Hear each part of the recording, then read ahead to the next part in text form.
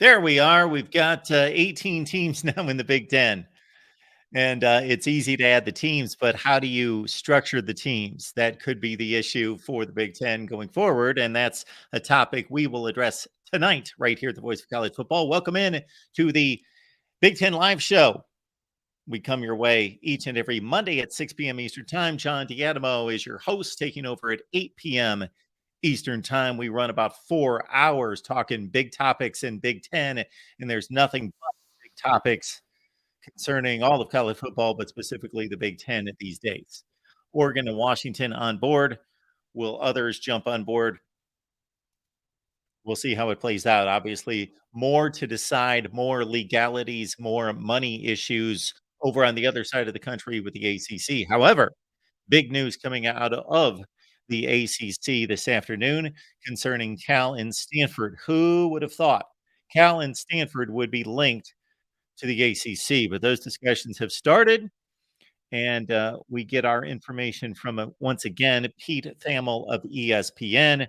This not directly Big Ten related, of course, as the Pac-12 is now dwindled down to the Pac-4, and those schools looking for homes. And Stanford and Cal, we've talked many times here since all of this has blown up in the last 2 years about Stanford and Cal joining the Big Ten, but the ACC is trying to, of course, keep itself together here past 2036, and they believe Cal and Stanford might be the way to go.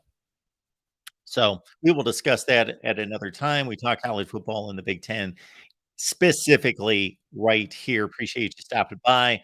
Our two topics tonight: dividing up the Big Ten, looking at the 2024 Big Ten, and I will offer up my thoughts. I posted a video earlier today dividing the Big Ten, and I gave two proposals on how I would divide and structure the league with 18 teams. The structure of the divisions and the pods. We went two different routes there. The scheduling, and then finally, of course, how do you determine a championship, which becomes more and more difficult, more and more invalid, actually. The champion becomes more and more invalid the more teams there are, therefore, the less number of games in comparison to those teams. And so we'll take you down our proposals on the Big Ten and how it should be structured starting in 2024. And want to hear from you, of course, and your ideas on Big Ten division slash pods or 1 through 18. How should it be done? And a lot of people responded to the video by saying, Mark, they're not stopping with 18. They're going to keep going. Understand that, but it could be 18 for 2024. We're going to serve up, according to Pro Football Focus, their top 50 players in college football 2023, 14 of those in the Big Ten, and then I jotted down another 15 or 20 players that I believe should be considered in that realm of top players in college football. Certainly not top 50 necessarily, but top 50 players in college football, 14 of those in the Big Ten, according to Pro Football Focus. And again, I will serve up some of the top players in the conference and what kind of impact they will have as well. Before we get to my Big Ten structure, and again, you can catch the video right here. It's the last video posted on the channel, how we would structure the Big Ten. Please check it out. But hey, why don't we take some calls? Talk to you first and foremost. We got Mike on the line. Mike, what's going on? Hey, Mark, how you doing? Oh, we've got a Can you hear me? here. There we go. Mike, what's Oh, going on tonight? oh, not much. It's just kind of curious about the divisions, because if we're gonna settle on 18, my original thing was just if we're gonna do 9 games, just split off into two groups of 9, where you basically play your 8, and then you have like a permanent, rival cross. But then I was thinking to myself, that means you'd literally never play 7 teams in your conference ever. Yeah. So I'm guessing it seems like the way to go would be just three groups of 6, where you play the other 5 every year, and then you have, two in each of the other 3 that you'll play, and then you can rotate those every third year, so that every 3 years you'll play everybody at least once. It seems like Okay. the only way you can really do it to where you can get everybody playing. I mean, unless you can think of another way. Well, I've thought of a lot of ways. Uh, the one that you see on the screen is the way I would go with 4 divisions. That's the way I would go myself. So to recap it here, we've got a Big Ten Western Division that's easy to determine because we've got 4 teams out west. So we've got Oregon, UCLA, USC, and Washington. So that goes without saying. That's all nice and tidy and neat. Then we move on to the Big Ten Northwest Division. Illinois, Iowa, Minnesota, Nebraska, and Wisconsin. Some people pointed out geography to me. That wasn't the only consideration. Central Division, Indiana, Michigan, Michigan State. Missed the other 2. It must have been Indiana and anyway, very quickly there and checking out my video. Then I took the 4 most eastern schools there, which would be, of course, Rutgers, Maryland, Penn State, and Ohio State. So that Michigan State division includes Indiana, Purdue, and Wow. somebody else involved in there. As a Michigan guy, I would love that. I mean, you're basically putting us in with some kind of the lower tier teams. The lower tier teams. Okay. Yeah, I saw Indiana, it. Michigan, Michigan State, Northwestern, Purdue. Oh, I mean Yeah. that Well, that couldn't be a bigger dream for Michigan. well, Conversely, I'm looking at Rutgers. I'm going, oh my god! If I'm a Rutgers fan, I'm looking at this going, oh please God no. well. I sized up records, so I didn't just splatter the teams based on geography. I went through a format of looking at their records over the last 5 years, and it's not as much of a disparity as you would think, or I wouldn't have gone with it. Well, I mean, you say Rutgers was with what was it? Penn State, Ohio State, and Maryland. Yes. Whew. Ooh, that would sting. Again, I sized up the records for all these schools in the last 5 years, and if there's one division that's the best, it's the West because there are no down teams, there are no bad teams in the West. Well, yeah, I guess as a Big Ten guy and a true Big Ten guy, I don't factor those 4 teams into it yet. I can't really shift my mindset towards them being Well, in yet. they're going to be part of the equation. Yeah, but I don't look. I guess out of those 4 teams, I mean, who has it the worst there? Maybe UCLA. So Yeah, I don't see the West as if like things stay the same, UCLA. yeah I don't see any of those 4 teams, you know, looking at the other 3 going, oh my God, what have we gotten into? But I can see some other teams, you know, in the quote unquote true Big Ten, you know, where some schools would be like, oh my God, this is great, and some of them going, oh my God, this is horrible. I mean, So I then know that, you know, the 5 years thing, but I mean, can you honestly think that if Rutgers was paired up with those 3 teams that you mentioned, they wouldn't throw a fit? they're lucky just to be in the league. There's that argument too. So the other structure I came up with here was there's the Big Ten Western Division. So we've expanded out to 6 teams. So we're going to go 6 teams in 3 divisions. So there's the Big Ten West: Iowa, Nebraska, Oregon, UCLA, USC, Washington. Then there's the Big Ten Central Division. There are your Wolverines, Michigan State, Minnesota, Northwestern, Wisconsin, Illinois. And then the Big Ten Eastern Division: Ohio State, Penn State, Purdue, Rutgers, Indiana, Maryland. So that may seem a little bit more balanced for you. I think I like that one more than the 4 divisions of 4 to 5 teams. I think it can be more organized.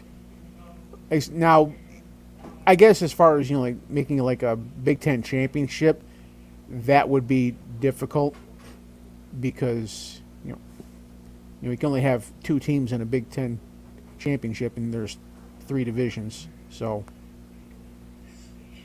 I mean, there's obviously some logistics to work around, but it seems like that's probably the best way to go. I mean, the only way I could think of would be just like have the best record in two divisions, and then if you just happen to you know be in the wrong division, you're SOL, I guess. The issue that I have with all of this is that it becomes even more difficult to determine who wins the conference. I don't want semifinal games within a conference. I just think that's ridiculous. Unless we're going to 10 years from now be at 24, 32 teams in a conference, then it's the NFL, and sure, have a little playoff system within the conference. But until we get to that point, it then becomes difficult to, you see, those records aren't that, it's more about the Western Division being a little bit too strong. But anyway, yeah, just coming up with a equitable system to determine who wins the conference is tough. Yeah, I mean it's going to get convoluted the more teams you enter into the conference. That's just how it is. That's just pure numbers. And the Yeah. conference season is less valid when you're not playing 8 teams in the conference. Well, I mean, I assume we'll always have 9 conference games. These divisions are pretty balanced. That second group, my second proposal there. Look at those records over the last 2 years. Yeah, it's actually a pretty balanced. I was kind of surprised about that one. Mostly because, I mean, this was when you had the three of six, right? Yes. So yeah, the 3 of 6. Where are we? Yeah, that makes sense. Yeah. And I noticed the Central plays more because the Central has teams that have been playing in conference championships and even the playoffs. So some of those losses I don't know if you can really count because they're kind of extra games that they end up being losses because you had to play some super team. It's off by a few percentage points. That's not going to make that much difference. Now, like I said, I kind of like this 3 of 6. I originally thought just having a East and West with 9 each, but it's like that seems like it would really be hard to coordinate all the teams to play each other. I mean, Got unless you the have a thumbs up situation. from Mike. All right. Well, yeah, this is my 2 cents. I'll take it. We'll see what they come up with. I just, and then you almost have to, unless somebody can devise this, somebody in the chat, please devise it. I don't want to play playoff games within the conference, but I cannot figure out a way in which, a fair way, I can think of all sorts of ways to determine what 2 teams should be playing in the conference championship game. It's easy to say the 2 teams with the best of records in the conference, just like any other conference, but how do Yep. you distinguish when there is a tie if those 2 teams didn't play in a fair way? The only way I can think of is said like you had like two, the winner of the East and the Central, they both had like 10-2 records. The only thing I think would be like just go off strength of schedule. Yeah, I'm not a big fan of that. I'm not a big fan of it either, but I mean, it's hard. I mean, And if you do their schedules properly, that it should be very close. it should be, but it also comes back to being able to punish teams that play weak out of conference schedules, which oddly enough, me being a Michigan guy, I do think that you should be punished for having weak non-con schedule. So I mean, the fact that like if say like if Ohio State had 11, we'll just say Ohio State won the Central, just for the sake of argument, we'll say Ohio State won the Central with a 11-1. We'll say all three had 11. USC's 11-1, Ohio State's 11-1, and who's way out there? Oh yeah. So we got what? Is Penn State in your East? Yes. Okay, so we have USC, Ohio State, and Penn State all 11-1. You know, Ohio State would play Notre Dame. USC would play Notre Dame. Now, Penn State might end up having the weaker strength of schedule. So Why are we taking non-conference games into consideration for conference championships? What does that have to do with it? I think it's the closest litmus test I can think of to who deserves to be there, quote unquote. Oh, you're looking at it differently than me. I look at it as we have a conference, only conference games should count toward the championship. And so when you said strength of schedule, I thought within the conference. Well, the thing is that, well, it's like you said there, the strength of schedule with having 9 conference games, you know, that's going to be pretty close. Well, if you're going to take into consideration their non-conference games, then you have to take into consideration their overall record. And then you really you can't take their strength of schedule overall into consideration but not include those games in your system in determining who goes to the conference championship game. Okay, so I guess you'd go record, and then the tiebreaker would be record within the conference, and then tiebreaker of a tiebreaker could be the strength of schedule. Yeah, what did I do here? Play all division teams, all rivalries protected, rest of games rotated, 500 schedule prioritized, meaning determining what the schedule is based on last year's results. I laid it all out here, but I did that like 3 months ago, so I don't remember exactly what I did. But obviously, what I did with these divisions was with the 4 divisions, all 4 division champs play in the conference semifinals. In the other setup, the 3 division winners play, and the best record out of these second place teams. But what if they have identical records? Then you go to head. Hopefully they played. I'm gonna say that's kind of a 50, big hope. 50% chance that they didn't play. So then you go to some type of, whether it's strength of schedule within the conference or common opponents, record versus common opponents. Dennis is saying that's a common NFL trick. Well, record versus common opponents. Many teams. I mean, within That's a what it comes down to. within a teams. conference, yeah, within a conference, that's going to be hard to do. This would have been a lot tidier if we just had 16, because then, in my eyes, it's 2 divisions of 8. So you play the 7, then you have a permanent rival in the opposite, and then you have a one that. What? Mike. What? You're on the right path, but why these forced permanent rivals in the other division? Oh, I think that's what makes it great. Well, what makes it great? Do you want to be the SEC where Mississippi State and Kentucky play every year just because they have to be forced rivals in opposite divisions? Well, I mean, there's got to be some sort of justification. I think if you ask, Auburn and Georgia fans, would they be willing to drop that game? I don't think either one of them would say yes. Well, no, I'm not talking about dropping legitimate rivalries. I'm talking about manufactured rivalries. That's what you're bringing up when you say everybody. Eliminate everybody. Just protect the actual rivalries. Don't protect manufactured games just to make it all balanced. That's what the Big Ten's doing this season. Well, that was their proposal for 2024 before. Now that we've got these 2 added, who knows what they're going to do? They are only protecting real rivalries. They're not saying everybody is the same number of rivals that have to be protected. They're saying Iowa's got 3 legitimate rivals: Nebraska, Minnesota, and Wisconsin. Northwestern's only got 1 rival, and that's Illinois. Penn State's got no rivals. That's what they determined. They got no rivals, so we're not going to protect any. I totally agree with that.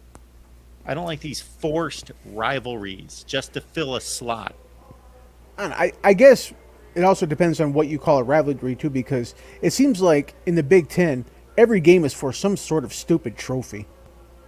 I mean, I That's mean, and half of them seem to have the words Paul Bunyan in them somewhere. So, I mean, you could make the argument that he's a legend. almost everything in the Big Ten is a rival of some sort because everybody's got to play for an axe or a trophy or a stupid jug or whatever an illa buck is. And, Well, you were obviously not on board with the traditions of the Big Ten. oh, I know about the traditions of the Big Ten. I didn't say you didn't know about them, but you're scoffing at them. Well, a lot of these are old. I mean, the Well, of course like they're old. the little brown jug that goes back to the Fielding Yost days. Back when he was worried that Minnesota was going to poison their water. That's the term right there, LFG. Flex protect. I I bet, Mike, I have videos that are 7 and 8 years old that say we should. I didn't use this term. I didn't make up the term. Flex protect, meaning not everyone is the same number of rivals. And finally, that's what they did. Yeah, I think there are some teams that have more rivals than others. I mean, we seem to have two for some reason, even though I think there are two schools that consider us a rival, even though I only consider one rival. Okay, I never. Mike, anything else? Nope, that's all. Thanks for having me. Appreciate you getting us started. All right, thanks. Michigan fan Mike jumping on, getting us started. Appreciate that here at the Voice of College Football. And we will keep it going. We got Vaughn on the line. Vaughn, what's going on today? Hello, I'm Vaughn. doing good. How There about you, you are. sir? I am doing just fine. Can you What's hear the me? good word? I I know you just mentioned that you don't like the idea of having semi-final games, but I think that going forward, that's going to have to be the thing. I guess it kind of depends on the CFP as well, because if the Big Ten is guaranteed, uh, let's say like 4 spots, SEC is guaranteed 4 spots, and then the other four are like at large bids, then I think just having two teams go to the championship would be fine. But if the CFP is not willing to do that, is not willing to give like guaranteed slots, then I think the Big Ten will have to go to like a mini 4 team playoff kind of thing. And so, So and back they up, can set it up Vaughn. to I, where I want to like, make sure that I'm understanding your proposal here. So you're saying that what about a guaranteed spot? so if the CFP is willing to guarantee the Big Ten 4 guaranteed spots, Oh, four guaranteed then spots. What then what does the Big yeah, Ten's own internal playoff system have to do with the CFP? Obviously, because it's gonna impact who they select, but the college football playoff committee is going to select whatever teams they want. They are only bound by their own rules.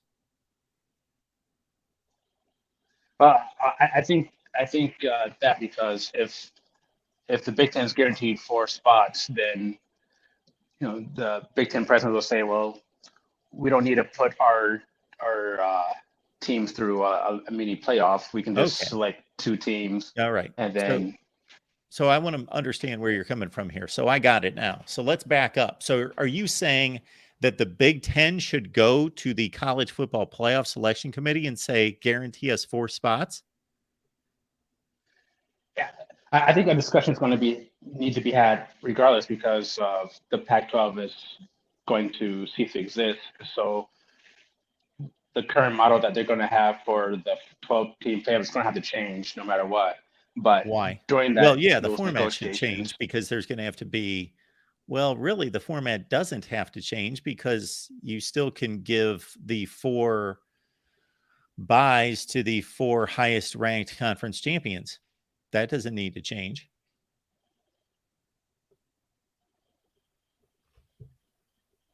mhm. Yeah, I guess so. Plus, I don't agree with this predetermination that certain leagues are better than other leagues. So we're going to give them what is the Big Ten proven and done to deserve and earn 4 playoff spots automatically? Now, maybe we can Well, it's revisit going this the 10 way of the years Super from now. Two. If we want to revisit this 10 years from now, Well, I still just believe the that way. each season needs to be evaluated on its own criteria, on its own merit, not, well, the SEC and the Big Ten get 4 teams each. Why? If they want to, if they earn the spots, if they have the 4 best teams or 4 of the 12 best teams as determined by the playoff, that's fine. But why have it predetermined? Somebody Just else has the brought way this up that, too, and I just don't understand that line of thinking. I mean, just from the way college football, the trajectory is on, it's going to be the Super Two and everyone else, and so I think the SEC should be guaranteed 4 spots, the Big Ten should be guaranteed 4 spots, and then the other 4 should be just at large bids because those. So and otherwise, like, and this is a question I was going to ask you, like, Yep. I think what's stopping the SEC and the Big Ten from just saying, "Hey, let's do our own thing"? Like, it can the NCAA stop the SEC and the Big Ten from talking to each other and making their own, or not even just like the Big Ten, SEC, like all the Power 4 or 5 conferences to say, why do we need an NCAA? Let's just make our own football thing. We can keep the NCAA for basketball and other sports, but let's just make our own football entity and kick out the NCAA and make up our own rules. Yeah, the NCAA at this point is a powerless entity other than investigating rules violations from a eligibility standpoint of players and universities, and that's all they've done for decades is basically discipline schools and universities and coaches and disciplined eligibility. That's what they've been in place for. Yeah, I don't see anything stopping it. I'm not a lawyer, and I don't know what the connection is and what the agreements are between the conferences and the NCAA. But I think that because the conferences have close contact with the NCAA, as you mentioned, and have all the other tournaments in the other sports structured, that it's just understood that they have a say over football as well. Yeah, I think at the Power 4 or whichever things are left, or those conferences can just make their own league and But if you're going to do that, why don't we do much better things? If we could get that kind of cooperation between the conferences, then we could really fix college football, and it should have been fixed a long time ago. We could get cooperation that would say we're not going to see the dissolvement of conferences.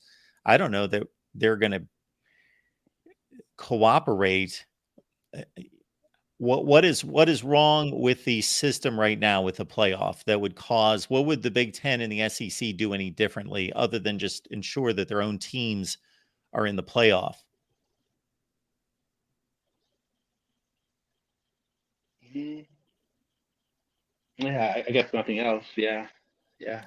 And in regards to the playoff itself, but I was thinking more so like with the SEC, Big Ten, and other conferences splitting off, that they can um, come upon agreed upon rules and on NIL and transfer portal because the NCAA doesn't really. And so it'll be more than just the college football playoffs. Okay. It includes like, okay, this is how we're going to treat NIL. This is how we're going to treat the transfer portal because the NCAA is negligent in those areas. And so the college football playoff is just one aspect of that. Well, that I can But get behind, as far that as the like, conferences would come together to agree upon those things and take action to get a handle on all those things. Absolutely. But I don't see it happening. yeah, so yeah, so as far as like the college football playoff format, I guess that wouldn't change much with the other conferences taking control of that, but with NIL and the transfer portal, I think it'll be good. But if so, 2024, like I imagine they're gonna have to. Well, I guess you said they didn't have to renegotiate the uh, the format of it. Is it just the top four conference champions and then 8 at-large bids? So I don't know. Like, I guess for the Big Ten on how they determine a champion, like I like the idea of just having like a four team mini playoff and determine the champion that way. And I guess like the semifinal games, like it doesn't count towards like the record, like a winner or loss, but only the championship game will count towards like the overall win and loss. Wait a minute. You're going to play For a the semifinal teams that game in a participate. conference and not count the game toward their record. Yeah, like oh, just so it's like usually like the conference uh, champion plays 13 games, and so you can still keep that 13 number and not worry about okay, well the committee saw that such and such team Well, lost the in the committee's watching the semifinals. games, whether Let's you knock want them to count down. it or not. Yeah, I see. I have no response for playing conference semifinal games and not counting them toward anyone's record. That's we're counting the Gasparilla Bowl against teams' records. I don't. And then again, when it comes to guaranteeing playoff spots, again, let's let the teams and the conferences earn their own playoff spots. That shouldn't be guaranteed. If we're going to guarantee playoff spots, we might as well just, before the season starts, say one of the two teams in the national championship game is going to be coming from the SEC, just because it always is. So why wouldn't we do that? We could do that this season and say we're guaranteeing a spot in the national championship game for the SEC.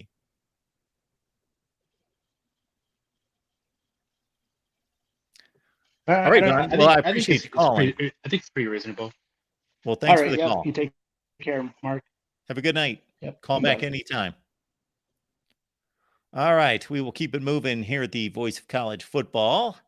And again, two topics for the night. We are looking at the best players in the Big Ten. We will do that a little bit later. And we're also looking at, of course, how the Big Ten looks to structure itself, starting with 2024 and 18 teams. It's not easy to do, folks. Here we go. We've got the real MVP on the line. Hey, Mark, how you doing this evening? I am doing just fine. One of my, I guess, weaknesses in life is sometimes it's good to have patience and sometimes it's not so good to have patience. What do you got for us tonight? Well, I just want to comment on that comment on the screen first. Interestingly enough, I think the little brown jug was one of the trophies that was going away initially with the Big Ten in 2024, if I recall correctly. So hopefully with the new scheduling model, they'll bring that trophy back. I love that rivalry between Minnesota and Michigan. So I think you need to focus on regionality first when doing the divisions and then competitive balance. Because I don't want a USC playing a Maryland or Rutgers every single year. So I would focus on regionality first and then rivalries. Okay. I don't know if you saw my two proposals, but I seem to be able to achieve regionality and competitive balance and rivalries, all of them. Yeah, I like the 366 model the best with the flex protect. That's Okay. my favorite model. Now, I know there's some possibility or some speculation out there they can go to 20 teams with Notre Dame and Cal or a Stanford, but and make it you can have 4 divisions, 5 team each, which I think would actually help the Big Ten out easier when it comes to traveling and stuff. Would you agree with that? Well, the beauty of that is you just produce more videos. Yes, we can just tackle that. Okay, and something else I'll ask you is, did you see the coaches poll got released today? I had it read to me. I was on the Spurs Up show this afternoon, and I did not realize that it was coming out. He read it 1 through 25, but of course, in just hearing it, I didn't take it in exactly, but I will pull it up here right now. Yeah, well, I've asked the Michigan fans in the chat, and they claim it's a non-story, but Michigan got 0 first-place votes, which I find it interesting because you had a video today asking the question if they can win the national championship. The 3 teams that received first-place votes was Georgia, Alabama, and Ohio State. Do you agree those are the 3 teams that should receive a first-place vote? Yes. So I And had you the want same to thought. I had the same thought, DeReal, when he read them. Our guy Chris Phillips on the Spurs Up show read 1 through 25. That was my first thought. I thought, okay, Michigan's number 2. I wonder if anyone voted them number 1. And then I thought, I bet Ohio State, Alabama received more first place votes, but there are more people obviously knocking down Alabama and Ohio State a little bit further. So Michigan, in most people's eyes, is more of a known commodity with a lower ceiling. Right. That goes back to my theory I've been stating and why I think Michigan only has a 1% to win the national championship is that they're going to face a team that just does the same style of offense as them, but just better. So, it's kind of hard to beat a better version of yourself. The number 2 team in the country has a 1% chance of winning the national championship. Well, if you look at the way it's gone recently, I mean, how much percentage would you put on TCU? What percent would you give TCU to win the national championship if they played Georgia 100 times? Would you even give them a 1% chance? I'd want to see them try to cover a 58-point spread first. I get that. That's a good one. That's pretty funny, Mark. But do you see my point? It's not like it's crazy. It's not like there's these historically large gaps in college football. There's not? That was sarcasm, Mark. Okay. All right. Thank you. Okay. Gotcha. I hear you, but I think 1% is a little extreme. But you are being backed up by the results on the field thus far. Yeah, and I'm going to probably be continued by the results on the field. I mean, we're not going to know anything about Michigan until, November? October? Yes. So, well, a lot of Michigan fans are confident that they can make a run at a national championship. Yeah, I know. They're confident every year that they can win the national championship recently. Because how many playoff games have they won? Got to win the first one. Oh, okay. First one. Yep. And yet the Big Ten is supposed to be better than the SEC because they added teams that have won 0 playoff games. I'm just making sure I got this right. Is that correct, Mark? You are correct. And now I raised that, as you well know, you were here for it. I just thought that would be an interesting topic now that we've got 4 prominent teams added to the Big Ten and only 2 to the SEC, whether possibly that the Big Ten, we could project the Big Ten could surpass the SEC. I think it's a reasonable question.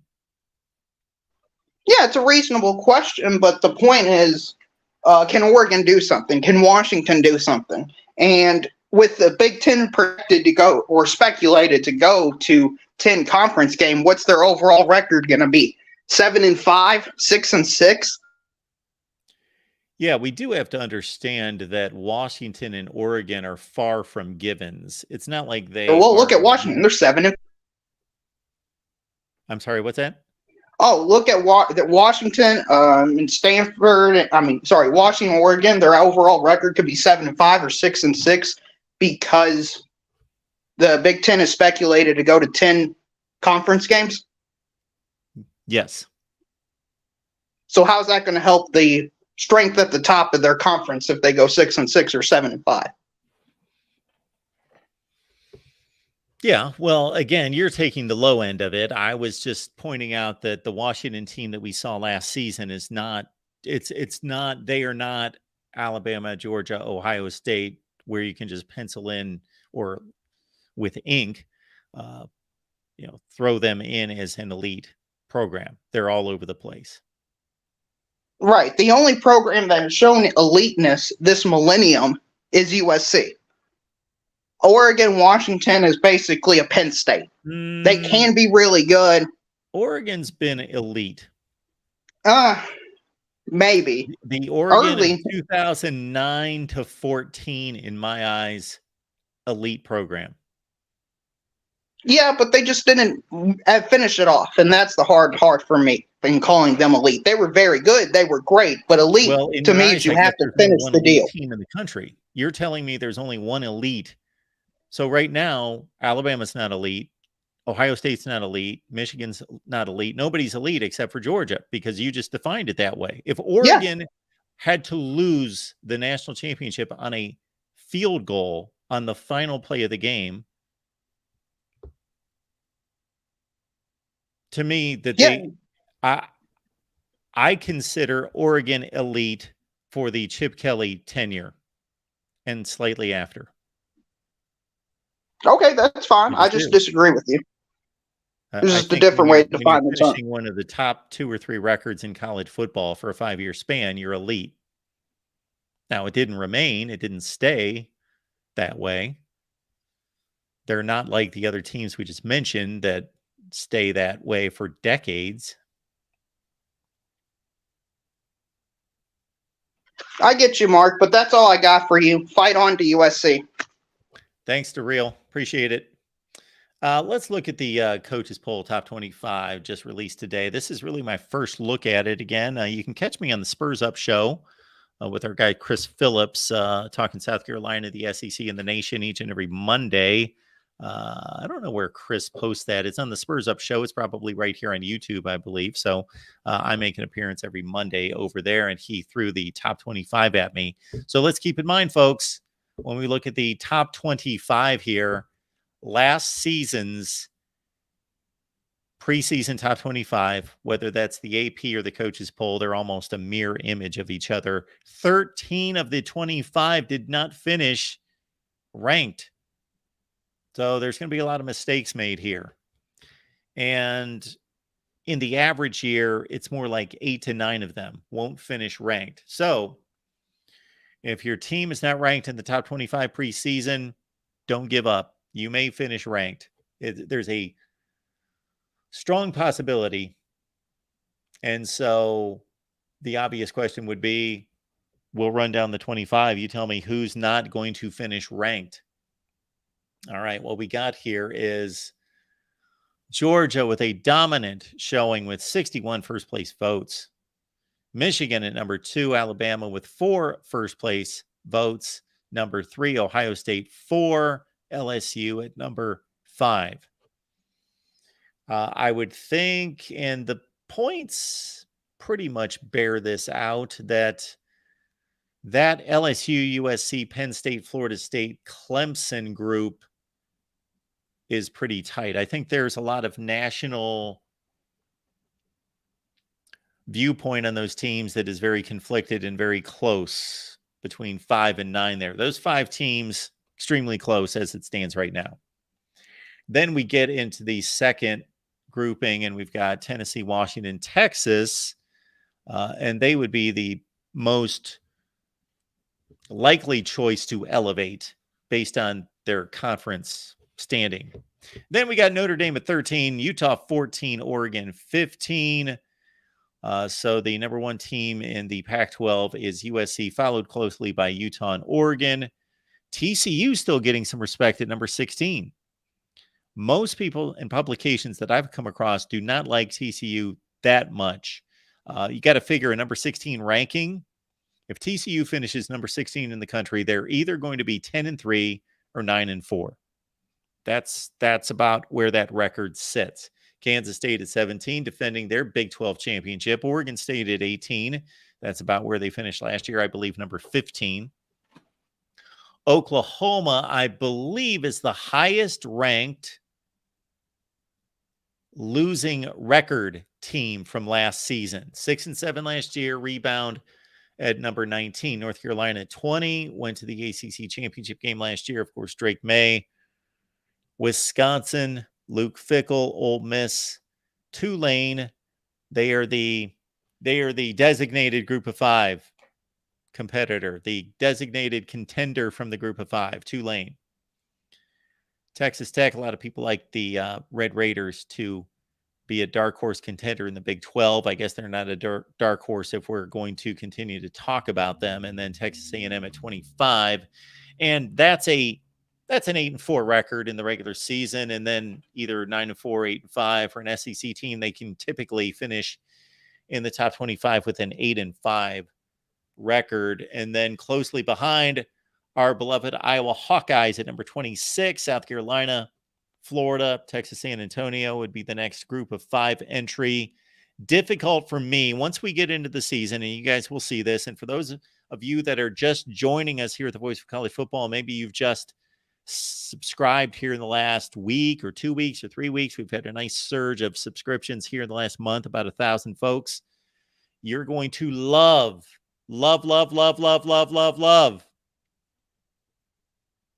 You may love, or maybe I'm just being sarcastic, our top 25. Our top 25 that actually makes sense. Can't wait for the first one to be released after one game played. We will not release a top 25 that actually makes sense after week 0, of course, because we won't have enough teams to rank. But after week 1, look out. If you have not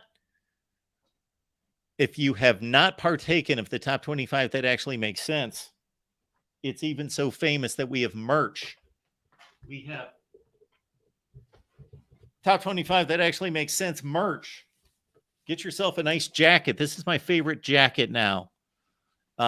We've got red and other colored jackets for the Voice of College Football, but this is, I wear a lot of black, a lot of gray, so you can see. So the top 25 jackets, it's a nice one.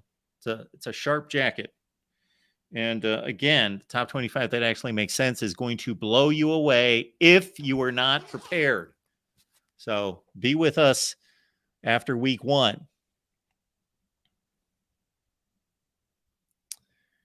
All right, back to the chat here. And yes, well timed, John. I can count on you. Look at that with the merch store. Thank you so much for that.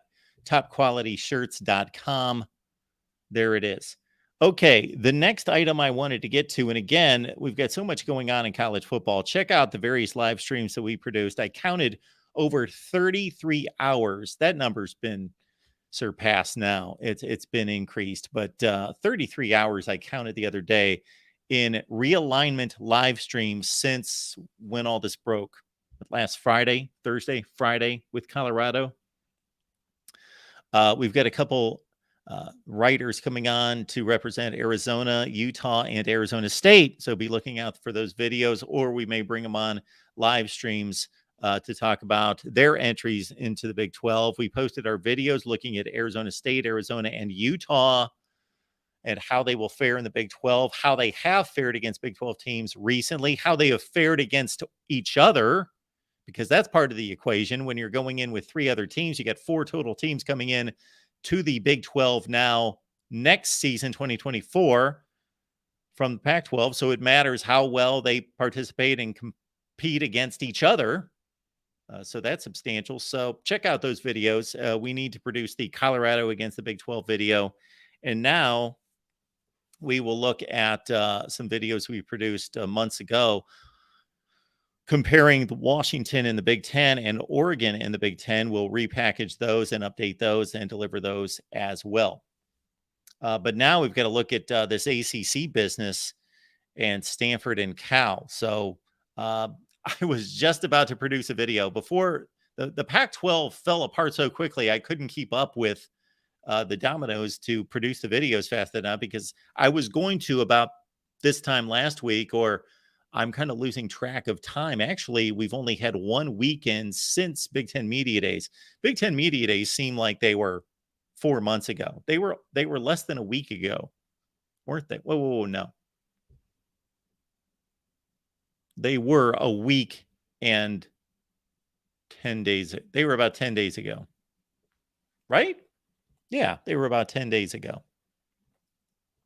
So I was going to produce a video last week with a proposal of merging the ACC, or what would be left of the ACC and what would be left of the PAC conference. And now it's fallen apart so quickly, we didn't even get a semblance of the PAC. So now we'll figure out how that's going to work in terms of we've got the American Conference reaching out to the Stanford and Cal and the other schools in the Pac-12, the Pac-4, and now we've got the ACC. So maybe the ACC can somehow survive in an unconventional way by going to the West Coast, and even if they lose Florida State and Clemson, it's going to be another Big 12. They're going to be the ACC, if they can pull this off, will be another Big 12. No elites, no elite teams, no contenders for a national championship, and then a bunch of top 30 and 40 teams. Pitt, Louisville, NC State, those will be the best teams in the conference most of the time.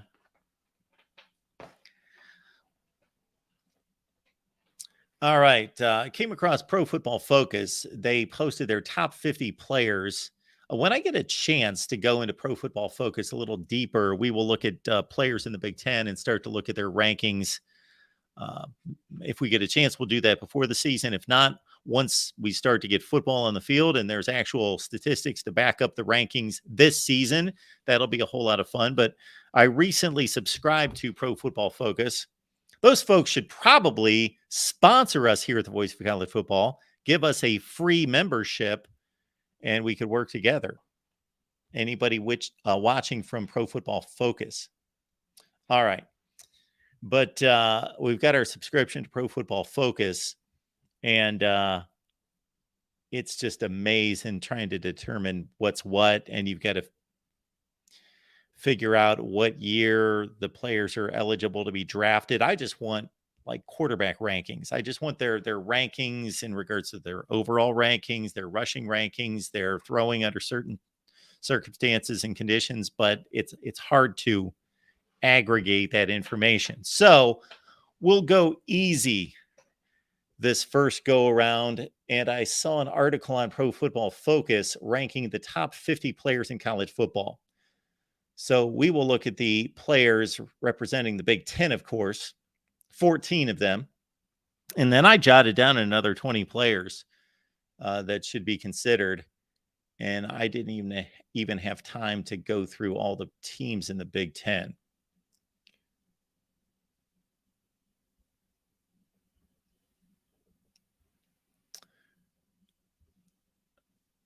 So let's see what we think of the top 50 players in college football with a focus on the Big Ten. This guy, Caleb Williams, is supposed to be pretty good. He's yet to really prove anything, so we'll see how he does this year. Okay. Would-be future Big Ten player will be playing for the, I don't know who, who's the worst team in the NFL? Going to be playing for worst team in the NFL, Denver. Who's Caleb Williams going to be playing for? Somebody like that. All right. So anyway, I used to know the NFL backwards and forwards, but now I don't even know who the worst teams in the NFL are. Okay. So would-be Big Ten player, Caleb Williams at number 1. Our other Big Ten players, we go to number 3 and Marvin Harrison Jr., who can possibly argue with that ranking at all? The highest graded and most valuable wide receiver in the country last season, even though he did not win the Biletnikoff Award. So the wins above replacement type metric is the wins above average metric. Against single coverage, Marvin Harrison Jr., 878 receiving yards, 14 touchdowns, most among all FBS receivers. So we know how good he is. He's amazing. Son of one of the greatest of all time. So the number 3 player in all of college football, and according to this list by Pro Football Focus and a specific writer, I'm sure, Mr. or Miss, but no, it's Mr. Where's this coming from? Max Chadwick. Marvin Harrison Jr. at number 3. Blake Corum at number 4. So the top running back in the nation, number 4 rated player overall by PFF. 96.2 grade, just did not lead all players in the country. It was the highest by a Power 5 player since PFF charting began in 2014. Look at that. These are the top players ranked by PFF going back to 2014. And you've got Blake Corum, Kyle Pitts, Chase Young, and Quinnen Williams. Wow. Okay. Impressive.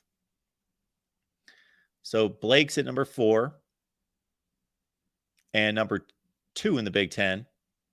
Then we've got our next Big Ten player showing up from the Fighting Illini. Jerzon Newton. Got to see him up close and personal at Big Ten Media Days. So he could have went to the NFL draft and been a first-round pick, but he comes back, and he is leading one of the best front sevens in the Big Ten. 13 tackles for loss, 59 pressures. Jerzon Newton, the third-rated player in the Big Ten, number 8 overall, according to PFF. Then we've got our next Big Ten player coming in at number 11, and that's cornerback Kalen King from Penn State. Told Pro Football Focus he gets offended when a quarterback throws his way. Led all cornerbacks in college football with a 93.7 grade in single coverage. Forced 16 incompletions, tied for 4th among Power 5 corners. So he had the highest grade in single coverage. Kalen King, Penn State. Our next Big Ten player on the list, we've got Olu Fashanu, the offensive tackle. We got to chat with him as well at Penn State Big Ten Media Days. Fashanu is not the highest ranked tackle on the list, but there's a strong argument to be made that he should be the top tackle and will be for the NFL draft.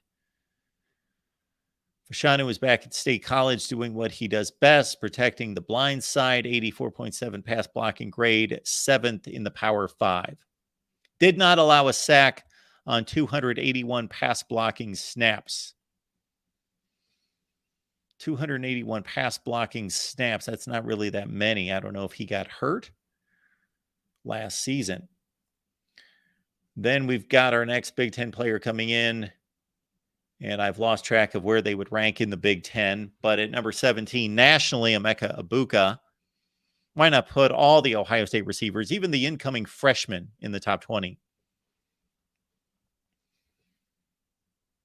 Only Marvin Harrison Jr. tallied more receiving yards and touchdowns than Egbuka last season among Power 5 receivers. Then we've got the edge rusher, Chop Robinson, Penn State. He had a high grade of over 92. Edge rusher grade over 90. The pass rushing grade was over 92. 22% pass rush win rate. Trailed only Braylon Trice and Jared Verse in the Power 5. So he was 3rd in the nation in pass rush win rate, meaning he whips the guy in front of him. Then we've got Tommy Eichenberg, who had a great 2022. No linebacker in the country defends the run better than Tommy Eichenberg, according to PFF. Last season, his 49 run defense stops tied for the league among Power 5 linebackers, and his 20 tackles for loss or no gain tied for 2nd. He was a PFF first-team All-America in 2022, the 3rd most valuable linebacker in the country. Will Johnson. I don't know if there's a player, especially on the defensive side of the ball, who's more anticipated to see play a full season this year than Will Johnson. Of course, he was just a true freshman, and therefore he did not see the field exclusively early. Then they eased him into the lineup, and by the final 3 to 4 or 5 games of the season, he was top notch. The true freshman's 91.9 grade in man coverage, led all Power 5 cornerbacks last season. He had the best man coverage ranking in the Power 5. Now, Kalen King of Penn State had the best single coverage mark. and tied for the highest mark by a Power 5 true freshman. So he was ranked by Pro Football Focus to be tied for the best freshman in the nation and the number 1 Power 5 cornerback in man coverage. Next up, we've got Cooper DeJean, another cornerback, most versatile defensive back in the country, lining up at outside corner, slot corner, linebacker, and even edge defender for the Hawkeyes. Jack of all trades. He was the only cornerback in the nation this past season to earn an 85-plus grade, both in coverage and as a run defender. That's impressive. High rankings as a run defender and cover man. 15 run defense stops, tied for the most among FBS cornerbacks, while his 4 interceptions tied for 4th among Power 5 cornerbacks. Cooper DeJean. We've got next up in the Big Ten, the tight end out of Minnesota, Brevin Spann-Ford, caught 42 passes, 6'7", 270, big frame, obviously, 14 big-time blocks, 4 more than any other tight end in the country. So he's a physical guy. And again, he had 42 catches, also one of the best receivers at his position, recording 2.2 yards per route run in 2022. I do not know what that means. Recording 2.2 yards per route run. The 5th best mark among tight ends in the FBS. And then we've got, out of the Big Ten, that's the end of the, no, we're at number 40 with JT Tuimoloau. We saw what he did against Penn State. Yeah, there it is. It's in the first sentence. If you want to see what Tuimoloau was capable of, turn on his tape against Penn State. That was just one of the more ridiculous games you'll ever see from a defensive lineman, but didn't have that season start to finish. Big Ten, next up in the top 50, according to Pro Football Focus, Braylon Allen, the running back from Wisconsin. It'll be interesting to see if he's even more prominent and prolific, considering they won't be able to stack the box. If Wisconsin is successful doing what it wants to do under Phil Longo, then teams will not be able to stack the box against Braylon Allen. But man, he'll be only 19 years old all of his junior season. He was 17 years old running for the kind of yardage that he did 2 years ago. What, 1,300 yards? 415 carries, 2,500 yards rushing over the past 2 seasons. Number 1 among Power 5 running backs. We've got the interior defensive lineman Chris Jenkins of Michigan at number 45 in the nation. Dominant run stuffer. 31 run defense stops were tied for the most in the nation among interior defensive linemen. And his positively graded run defense was 3rd in the Power 5. We've got, that's it. That's it for the Big Ten. So if you put any stock in Pro Football Focus, which I put some stock, but I'm going to have to learn a little bit more about the service. 14 of the top 50 players in the nation come from the Big Ten. 14 of 50, 12 from the SEC, 9 from the ACC, 8 from the Pac-12, 4 from the Big 12. Then also consider this. Let's count how many players, if this list is static from year to year to year, which of course it's not, it's fluid, but you would think that it would generally play out that the SEC and the Big Ten would dominate this list. Think of this. How many players are coming to the Big Ten in addition to the 14 they already have? You've got how many coming in from the 4 schools that are leaving the Pac to go to the Big Ten? You've got a UCLA player. So there's 1, Oregon 2, Oregon 3, Washington 4,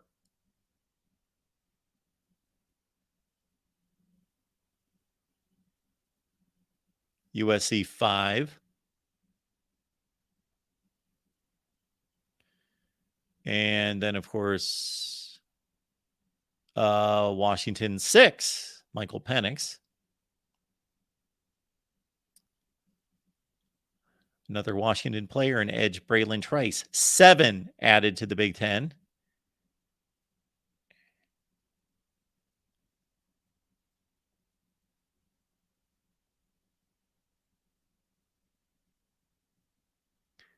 Seven added to the Big Ten. And of course, we will have Caleb Williams at the top. So 8 more players for the Big Ten.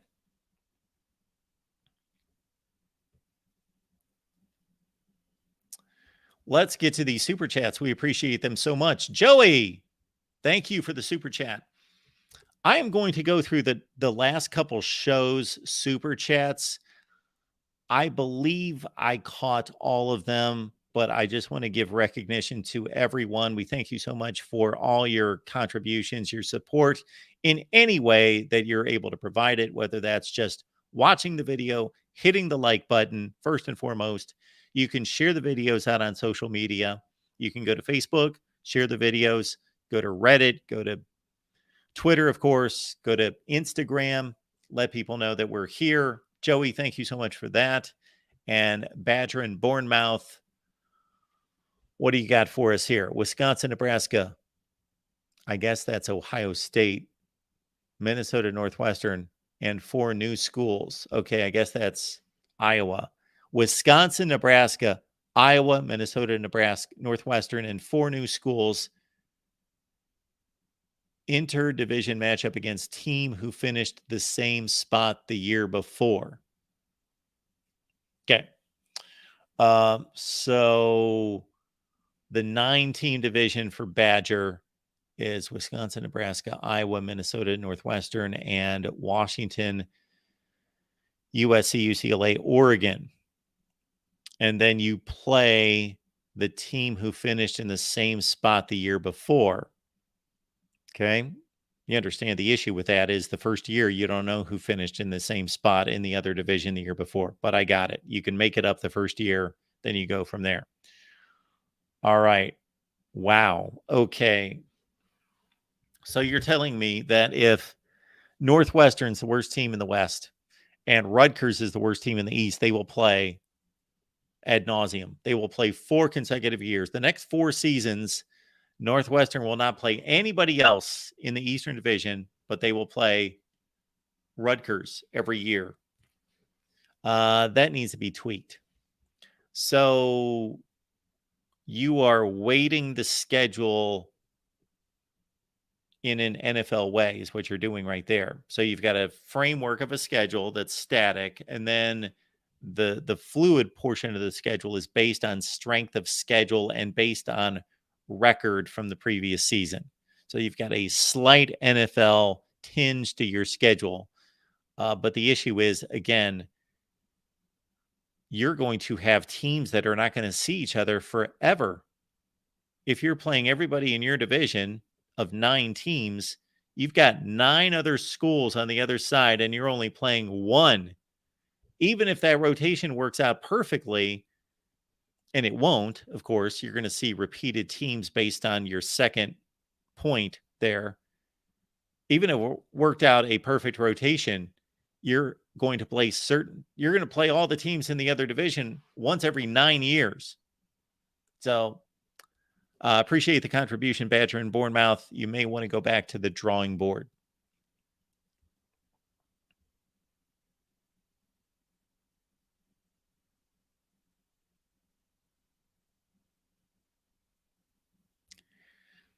That could be a great rivalry, Eric. Northwestern and Rutgers going at it. Absolutely. Absolutely. That Northwestern Rutgers game, I believe, is going to be featured on, I think it's NBC, or is it CBS?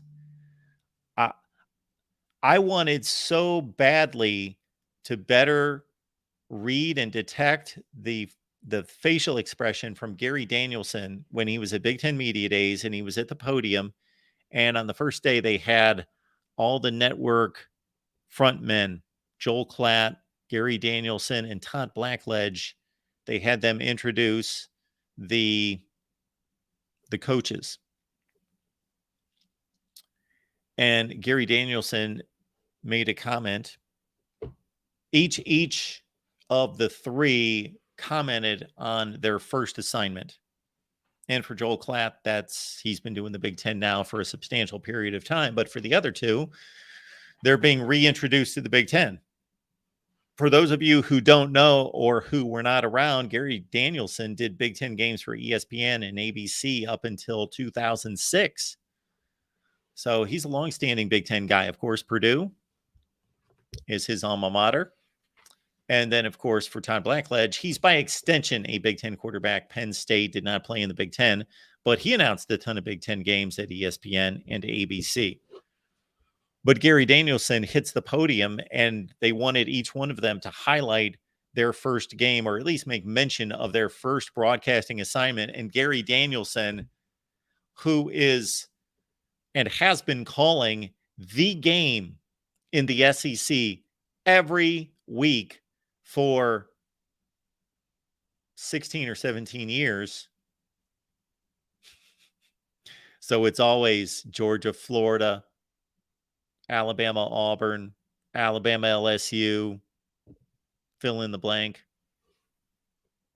Gary Danielson's first assignment in the Big Ten for CBS, Northwestern and Rutgers. Now, that's a career turn right there for the worse, but I'm sure he's being paid quite well to watch that kind of football.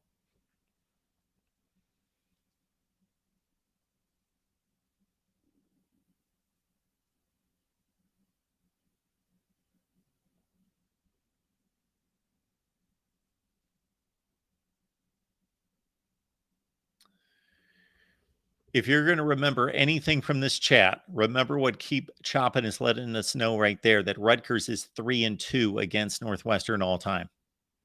Key stat of the day, 3-2. That's the series.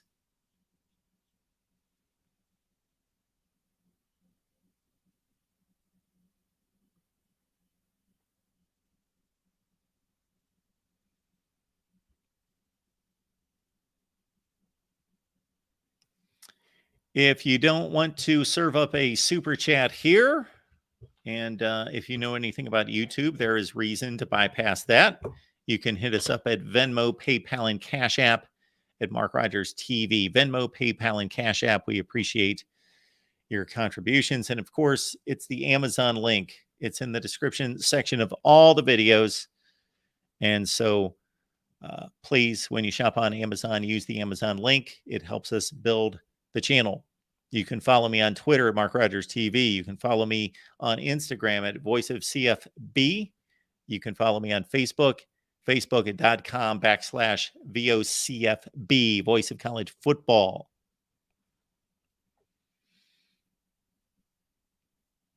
And if any of you out there know how to take videos that have been shot in this manner on a laptop, on a regular camera, and that have the regular screen dimensions and can convert those for a short on YouTube that only takes a vertical phone shot configuration. If you can figure out how to do that, and you can send me those instructions, you will be the hero of heroes here at the Voice of College Football. We will probably set up our own YouTube membership wing for you or something. I don't know what we'll do.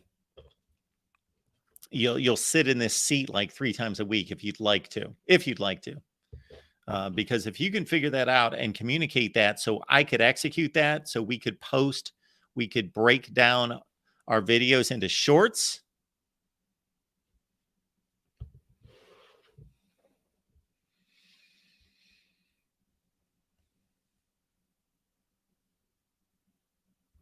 And I got to tell you, I am.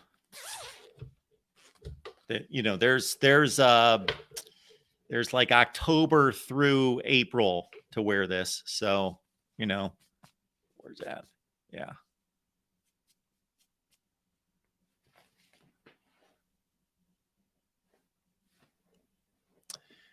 Serious question. Which uniform matchup are you looking forward to most in the new Big Ten? We have no responses to that.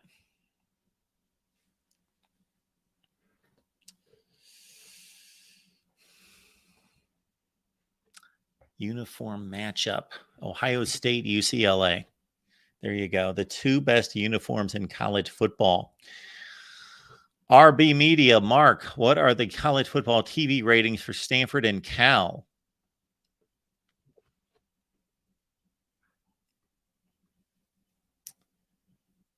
They were awful this past year. I will tell you that before we even get into it, but they're typically decent. But this past year, that game was buried because both of them sucked, and both of their fan bases are apathetic, and they were not on a good network. And so put all that together, and let's check it out right here. Cal and Stanford. Who here watched the Cal-Stanford game? And if you did, you probably don't want to admit it, and you probably forgot it, either one. So this is the final weekend of the season, and we see that ridiculous number for that Ohio State-Michigan game and on down the line. And that number's even accentuated even more when you consider that Florida State game that was the second most watched game. Well, that was on Friday night. So that was the only game. If you wanted to watch college football on Friday night, you were watching Florida State. But Ohio State and Michigan, that game was up against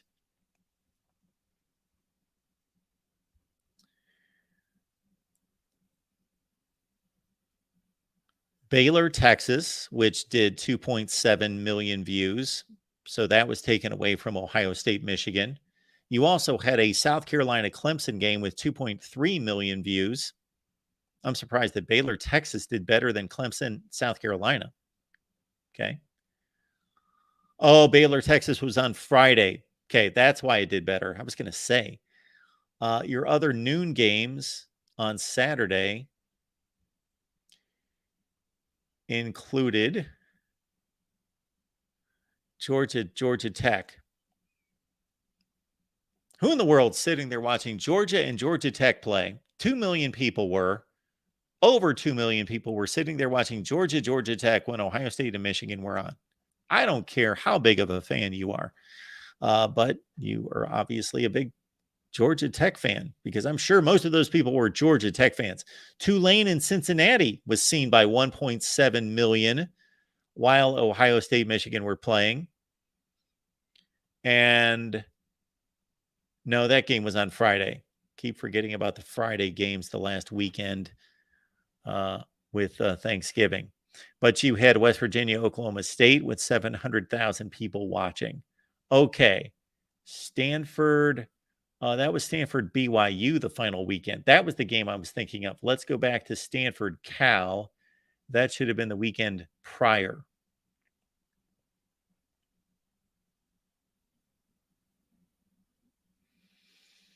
Maybe not. Maybe the weekend before. Stanford, Utah. When did Stanford and Cal play?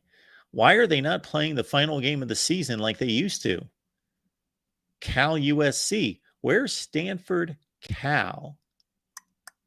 Did I miss it? I must have.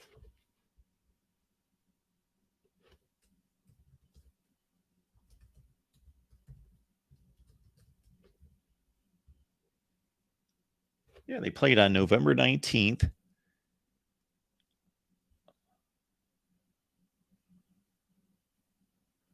Okay, the second to last weekend of the season. Man, we really grind it down to the granular here at the Voice of College Football. Stanford and Cal, I don't see this game anywhere. They played this weekend.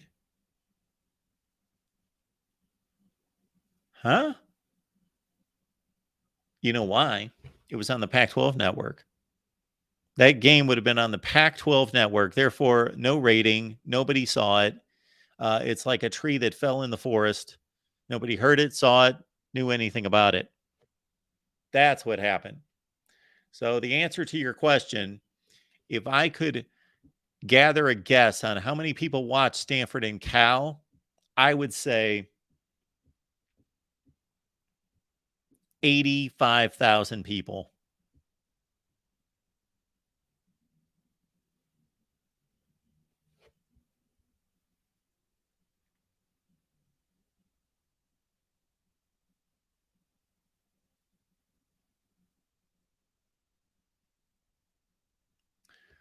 Folks, if you love TV ratings and a breakdown of TV viewership, check out the series that we posted earlier. You just go to the front of the page and just go to the search engine and put in TV ratings. We looked at every conference. We compared teams, of course. We compared conferences, time slots, networks. We went through it all and came to a conclusion. Badger and Bournemouth watches every bowl game. That's my goal every year. I typically don't quite get that done.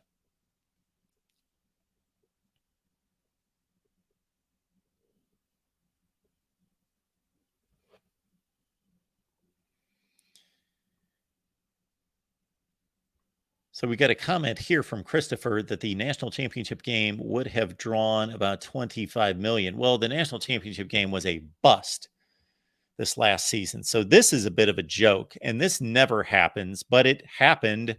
So now we can't say that it never happens. More people watched Ohio State and Georgia, and more people watched TCU and Michigan than watched Georgia and TCU. And it's not even close. It's not like it was 500,000 more people. No, 5.2 million more people watched Georgia, Ohio State than Georgia and TCU. Now, some of that's obviously because of the course of the game. Obviously. What was the score after the first quarter? The score at the end of the first quarter, Georgia, TCU. 17-7. I think we could all see where it was headed, but 17-7 still a game on the scoreboard. So it wasn't 28-0 at the end of the first quarter. 17-7. But still, this would not be found in any other playoff year. 5.2 million more people watched a semifinal game than watched the national championship. Wow. The Rose Bowl is always the most watched non-playoff game.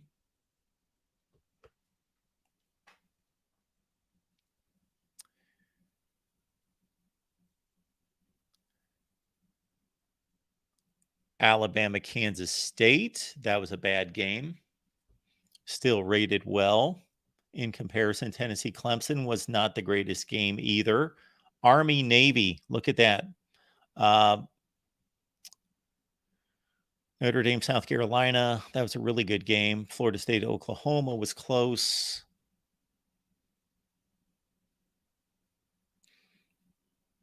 Your lowest rated bowl game. Well, was most likely the Cowboys of Wyoming against the Bobcats of Ohio because it was the Arizona Bowl on Barstool Sports and there was no rating. But we also had the Bahamas Bowl with UAB in Miami. I love the Bahamas Bowl. 822,000 people watched it. Still not bad. Not bad. Friday morning, the 16th.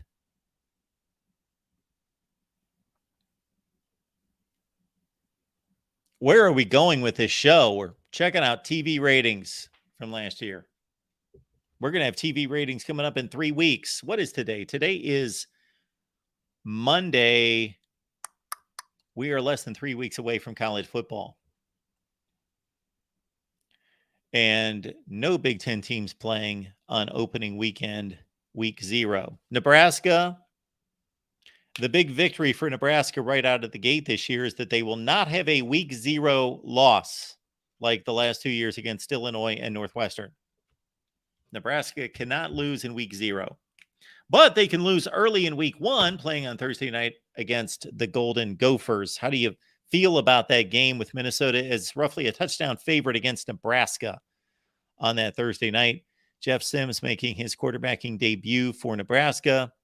Ethan Kalikumanis got some valuable playing time for the Gophers last year. And meanwhile, we will have Utah and Florida playing, which leads me to we've got our big 24-hour extravaganza, our live extravaganza right here at the Voice of College Football, 24 hours live. So for many of you who have not partaken of these type of pleasures, you've got the top 25 that actually makes sense. You're only 3 weeks away from that. And then if you're joining us for the first time here at the Voice of College Football at the outset of a season, you get the 24 hours, consecutive hours of live stream. There you go.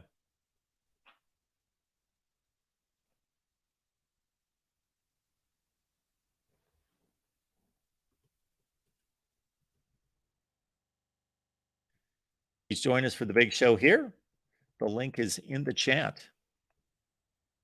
I did not get to the players that I had jotted down in addition to the players that we looked at as arguably the top 50 college football players, and how many from the Big Ten? 14. Well, at season's end, are we going to see J.J. McCarthy on that kind of list? Or Donovan Edwards? Or Junior Colson from Michigan?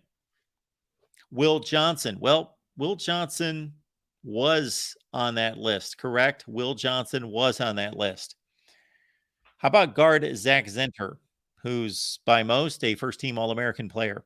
Okay, my Ohio State list to be added to the players that we saw on the top 50 list, which was Tommy Eichenberg, Marvin Harrison Jr., and Emeka Buka, and JT Tuimoloau, 4 Buckeyes on the list.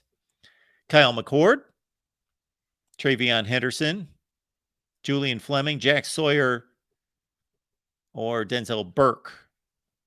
How about those guys? Penn State, Drew Aller, Nick Singleton, Katron Allen, Abdul Carter. And then for Illinois, you've got Keith Randolph, the offensive tackle, or the defensive tackle, Keith Randolph, one of the best players in the Big Ten. And you got Jack Nelson, the offensive tackle at Wisconsin. Those are the only teams that I had processed and thought through. Talia Tagovailoa, Maryland. All right. Welcome into the Voice of College Football, Chris. How you doing today? Good. What is on your mind, sir? I'm sorry? I said, what is on your mind, sir? Oh, I'm sorry. Nothing really. I was going to ask you a question, Mark, if that's all right. Of course. That's why I'm here. Okay. We talk a little bit about the format, I guess, that, and I know there's a lot of different ways to get to the title game, I guess.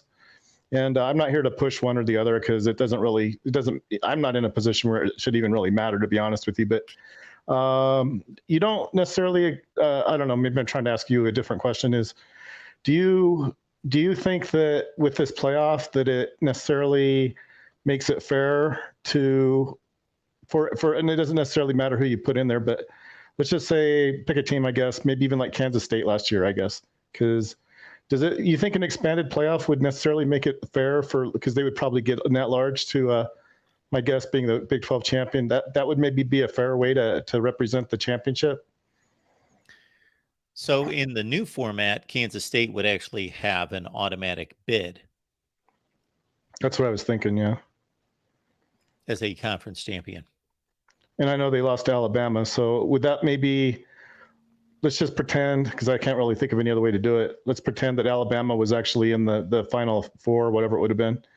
Do you think that would have been a better way maybe to advance the team then? Would have been maybe to let Alabama rise to maybe what would have been maybe a quarterfinal game? Or I'm not quite sure how those seedings would have fallen in place, but they wouldn't have been in the Elite Eight immediately, would they? Do you know? So after the conference championship games, then the playoff selection committee selects the playoffs as they do now, but Well, they I'm will not. have 12 spots. I know last year it would have been just 4 teams, but I just mean hypothetically with like the Yeah, 12. sure. Okay. Well, Kansas State would have made it. Right. Alabama, it would have been up to the committee to determine whether Alabama was one of the 12 best teams in the country. But there's one group of 5 that makes it. So that would have been Tulane. Okay. And then you would have had all 5 conference champions. And so that leaves 6 other spots for the committee to determine who are the 6 best teams in the country that do not fill one of those 2 criteria. Now, the one question I have, and maybe it's a stupid question, maybe it was, since TCU got beat by Kansas State in the conference championship game, does that might even like kick them out of the tournament, wouldn't it? If they're not rated within how high would they have to be rated to advance? Because I mean, the big issue seems to be that people thought Texas Christian, because they didn't win their championship game. I mean, it's kind of the same old question that we even had with the BCS, that there was a team that didn't even win their conference championship in the championship game. I mean, it's kind of the same problem, isn't it? Yes, but it was determined by the playoff committee that TCU still had a better season than Kansas State. Kansas State at that point had 3 losses and TCU had 1. Right. But I mean, like, if they, kind of like what you're saying, if they only admit and I know they don't just only admit those teams, but if they only admitted the championship team, I mean, that would pretty much leave TCU out on I mean, wouldn't they have to, they'd be at large, right? Which means they'd probably have to advance. They'd even have to play like in a preliminary game, even to get to the Elite Eight, right? They wouldn't be like in the Elite Eight. Wouldn't they be in like one of the 4 at-large spots? They'd be like a 4 at-large, wouldn't they? They would have to play in the first Yeah, they'd be in at-large round. Yeah. So they would have to win to even get to the Elite Eight. That's kind of what I was thinking. Well, let's map this out real quick. So your top 4 seeds last year would have been Georgia, right? Michigan. Sure. And then actually, it doesn't seem right, but the other 2 would come from Utah, Clemson, and Kansas State. And since Utah and, well, Clemson at that point only had 2 losses, so they would be the 3 seed. And I've seen listings that said that, the committee ranked Utah ahead of Kansas State. So Utah would be the 4 seed. Oh, okay. And then after that, those would be those would be like host games for the Elite Eight. They'd be like host places. Well, they would not be hosting in terms of location, but those are the 4 buys. Okay. And then it all depends how the rest of it's seeded. So, for example, Tulane gets the group of 5 bid, and I don't know where they would have been ranked. I think, if I'm not mistaken, I think some of your friends had them as not low as number 12. In other words, I think they had well, I don't know. I can't speak for them directly, but I thought they had them 12. They're like the lowest. Well, we're going to look it up right this second. So, where is it? Okay, got it. So, oh, shoot. Clicked on the wrong thing. College football 2022. Okay, here we go. So, this is what the committee had. They had Georgia 1, Michigan 2, and then we have to skip down to put Clemson and Utah in as conference champions. They would have had TCU next at 5. Okay. Ohio State 6. Okay. Bama 7. Tennessee 8. Kansas State 9. Oh, okay. USC 10. Penn State 11. Tulane 12. Then even though Washington's number 12 in the country, Tulane gets a spot. Yeah, they were number 16. Yeah. So that's what I kind of remember it being like. There it is. So your first round of games, Chris, would have been TCU against Tulane, Ohio State, Penn State, Alabama, USC, and Tennessee, Kansas State. Oh, okay. Well, that seems reasonable, I guess. There was something else I was going to ask you. I don't know. And I know it's like looking in the rearview mirror, I guess, but I still kind of wonder, because I look back and I just try to, kind of for my own information, I guess. I know the BCS wasn't everybody's cup of tea. I don't even know if I liked it all that much. It's just that it did, though, I think, despite the shortcomings of it, I think it selected what I think was a deserving team. I still don't understand really with the fact that Michigan beat Ohio State, fairly convincingly, and that game was in Columbus, wasn't it? Yes. Well, I don't know. There was somebody in the chat saying, well, wouldn't it have been wonderful if we had Ohio State? Because I guess it came pretty close to being Ohio State and Michigan again. And I don't really have an issue with it. It's just that, one thing the BCS did was it didn't really allow that to happen, but at least not too often. I know there was a couple times, I think, actually, where there was a rematch in the championship game. And that was one of the things that people didn't like about it, was that instead of maybe, it's 2011, so it would have been like Oklahoma State, I think, that they thought maybe deserved a chance, but maybe justifiably, I don't know, but I don't know. I just kind of wonder, looking forward, unless there's a way, I think, to, let's just pretend, for example, because I don't know, I've never played college football, and just a fact, I didn't even play hardly in high school either, except for like one game. I got hurt, but with some of these players, they might never get unless they make it to where every conference, I guess, has an option to get in the tournament.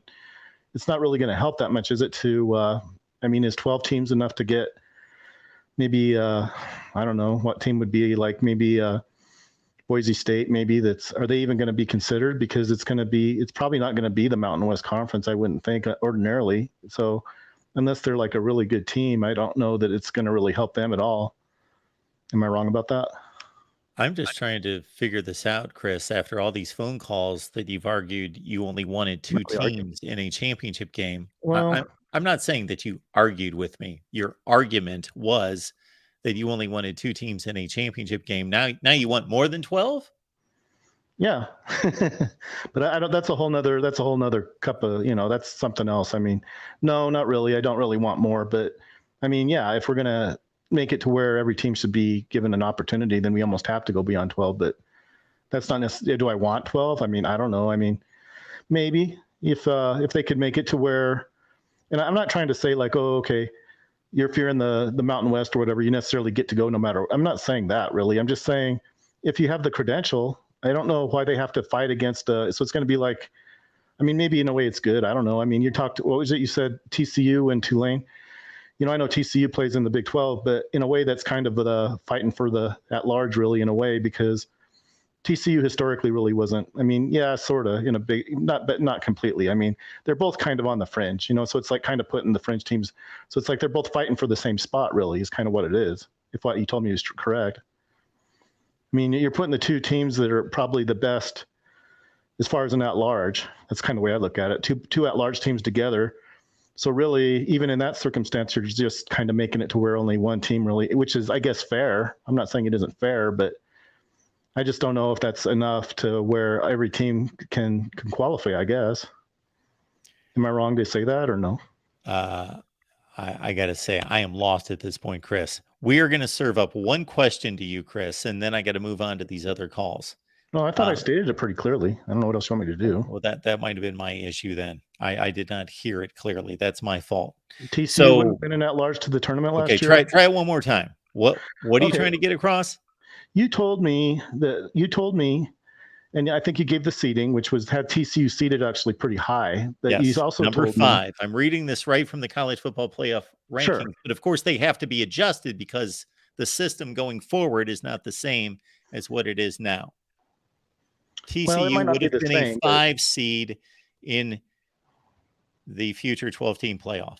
You're basically putting two at-large teams together, which is fine. It reminds me of the year that Boise State played TCU. It's there's nothing wrong with it. There's really nothing wrong with it, but I don't know that it's the best. Maybe it is the best way. I'm not even going to say it's not, but what it does is it limits the number of teams to one, because, there's no more than two that are going to, so you put the two that are kind of both on the fringe together, and it lets one challenge, is what it really does.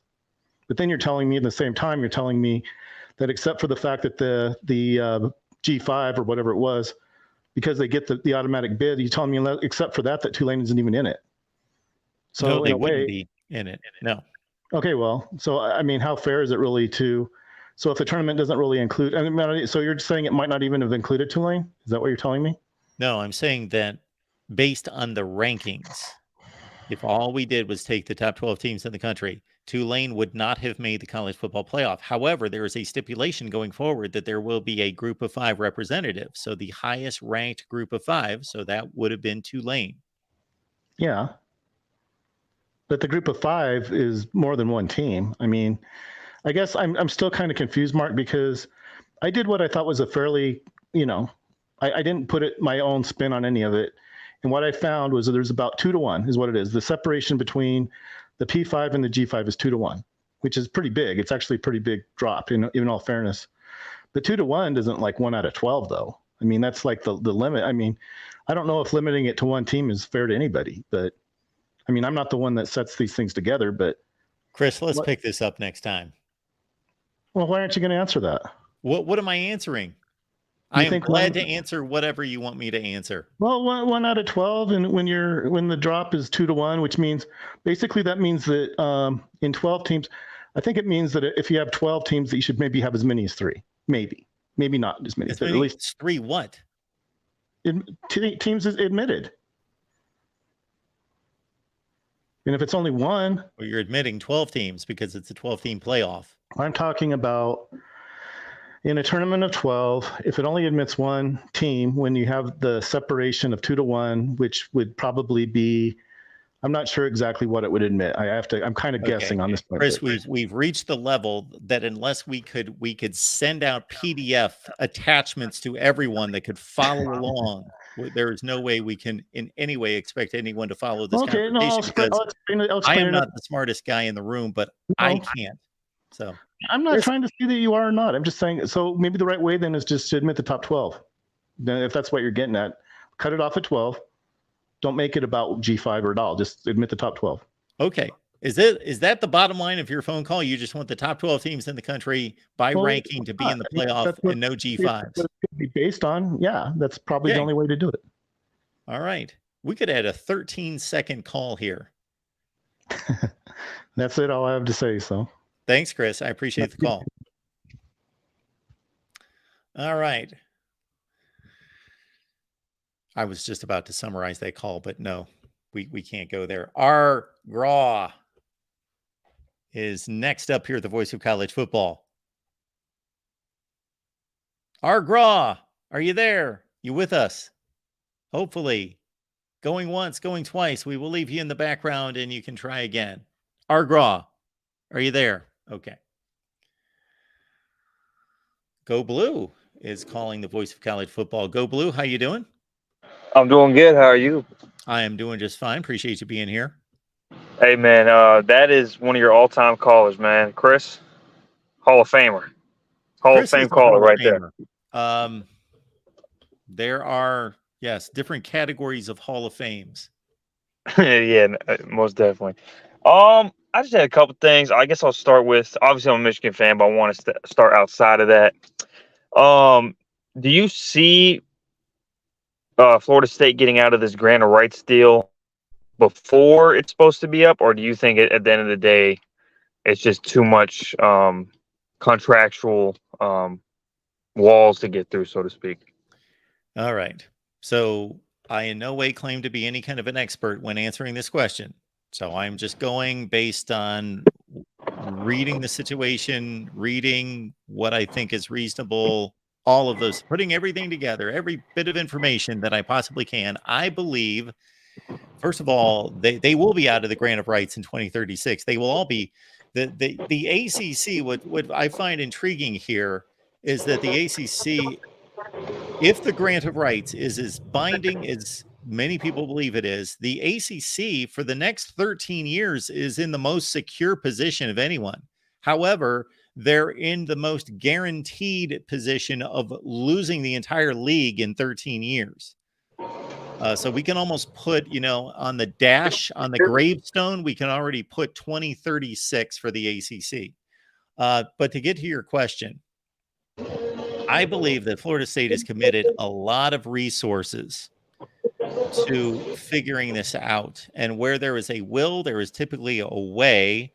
And the issue that Florida State has is that there's one clause that says if you can get 8 of the schools together to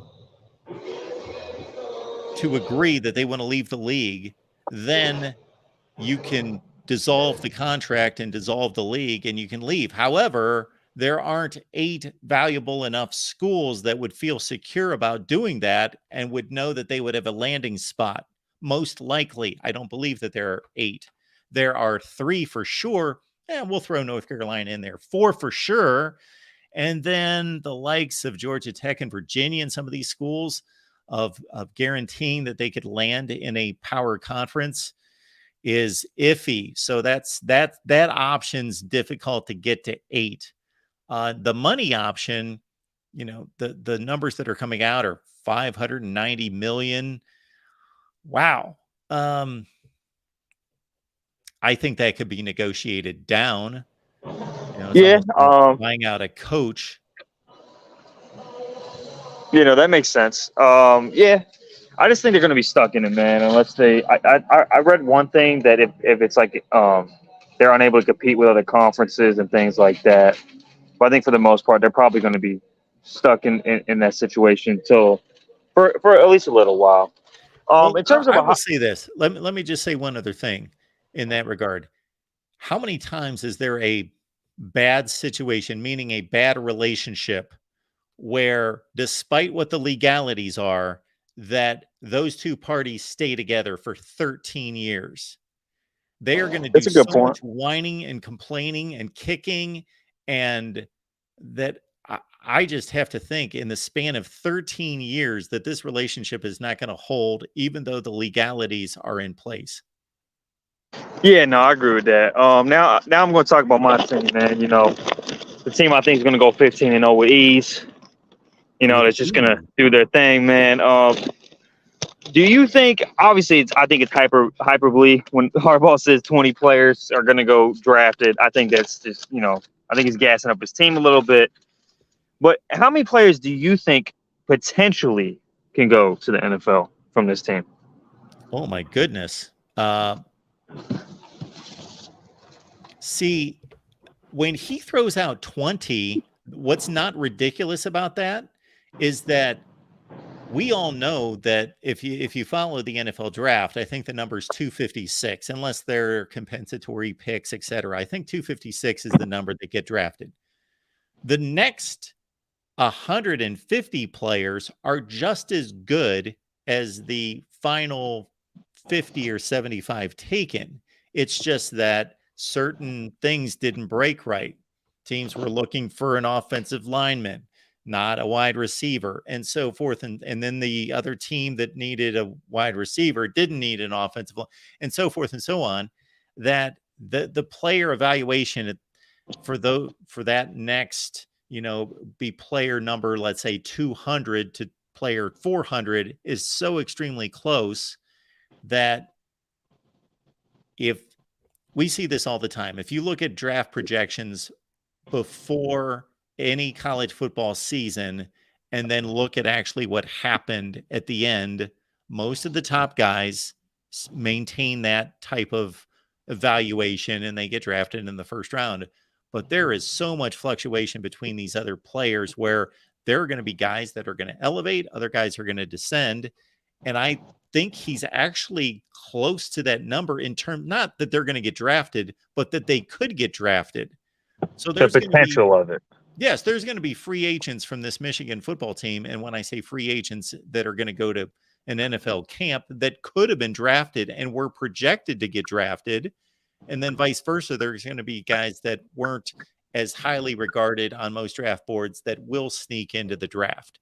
So that number of 20 isn't. What's crazy about that to me is that really speaks to the development because, obviously they don't recruit quite at the level of, Georgia, Ohio State, Alabama. So a lot of those players like Chris Jenkins, for example, he's a 3-star, wasn't really seen as, obviously he's got a famous father and all that. But a lot of these players, it really speaks to the development of Michigan since 2020 that's even a possibility. To me, that's just amazing.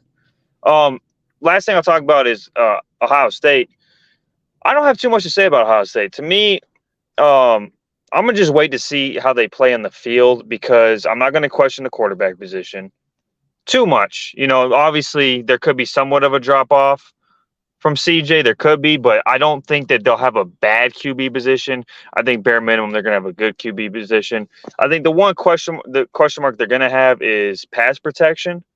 That's going to be interesting to watch. Are they going to rely more on the run game for once? Kind of like they did in 2020, towards the end of that season. There's a lot of things I'm interested in seeing Ohio State. What's your opinion on that? Me, I'm a wait and see. I'm not going to say they're going to be this. I'm not going to say they're going to be that. Among the elite best teams in the country, Ohio State's the biggest boom or bust, I think, option. And when I say boom or bust, they're not going 7-5. But I mean, they could win a national championship, or they could go 9-3.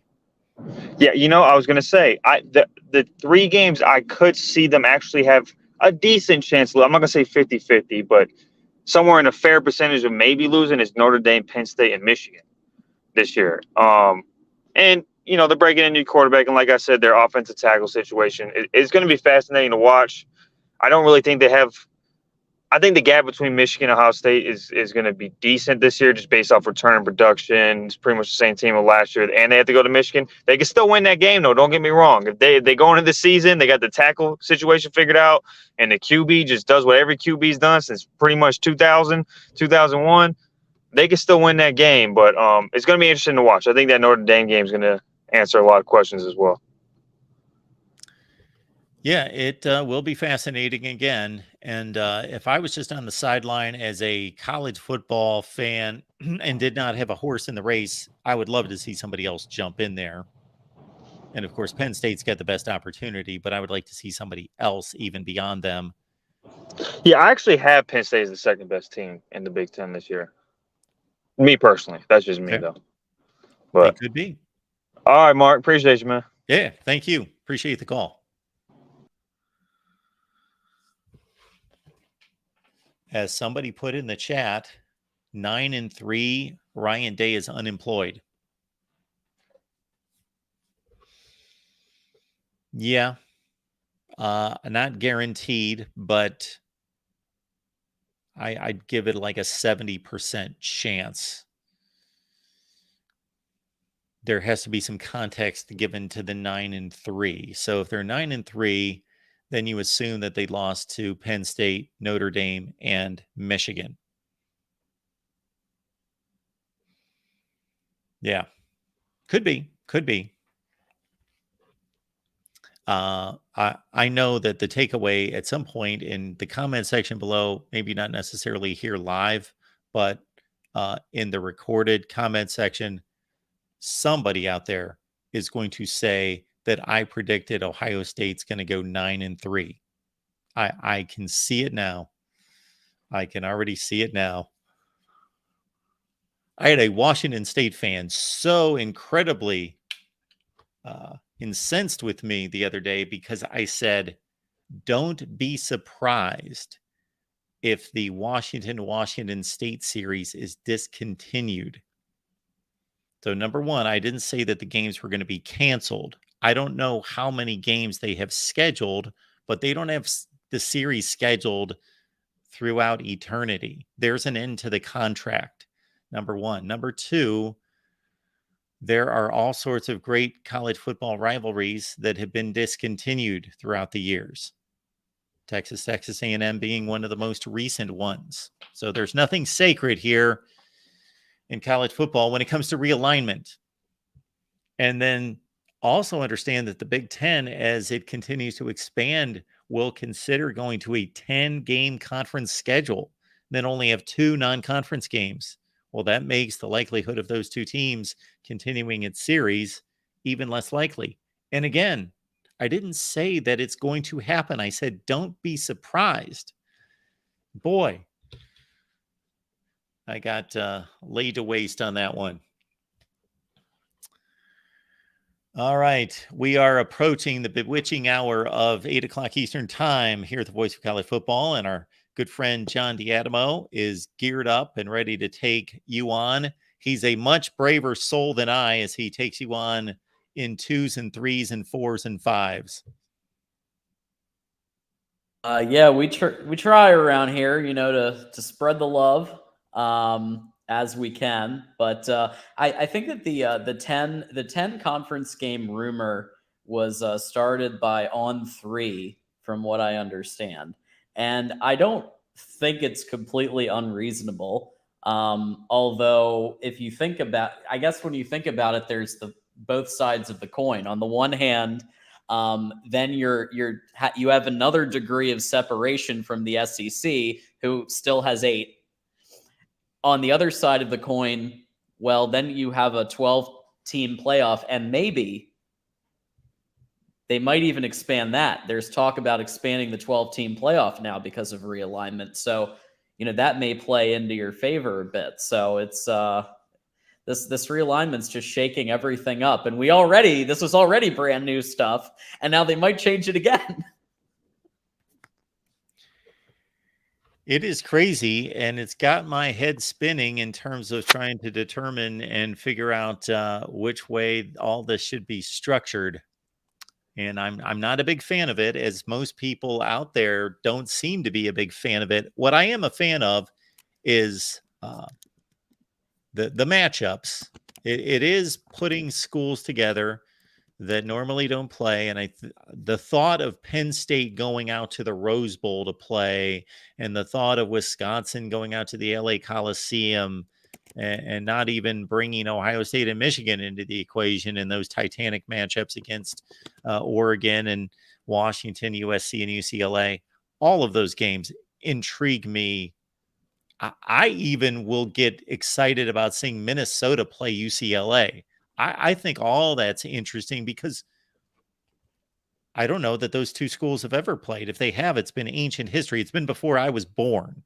So college football is a sport where there are few games played, and throughout its history, those games have been so regionalized that these type matchups are exciting and have been reserved for the bowl season, and typically one non-conference game that everyone plays that is a decent brand of football against a decent opponent.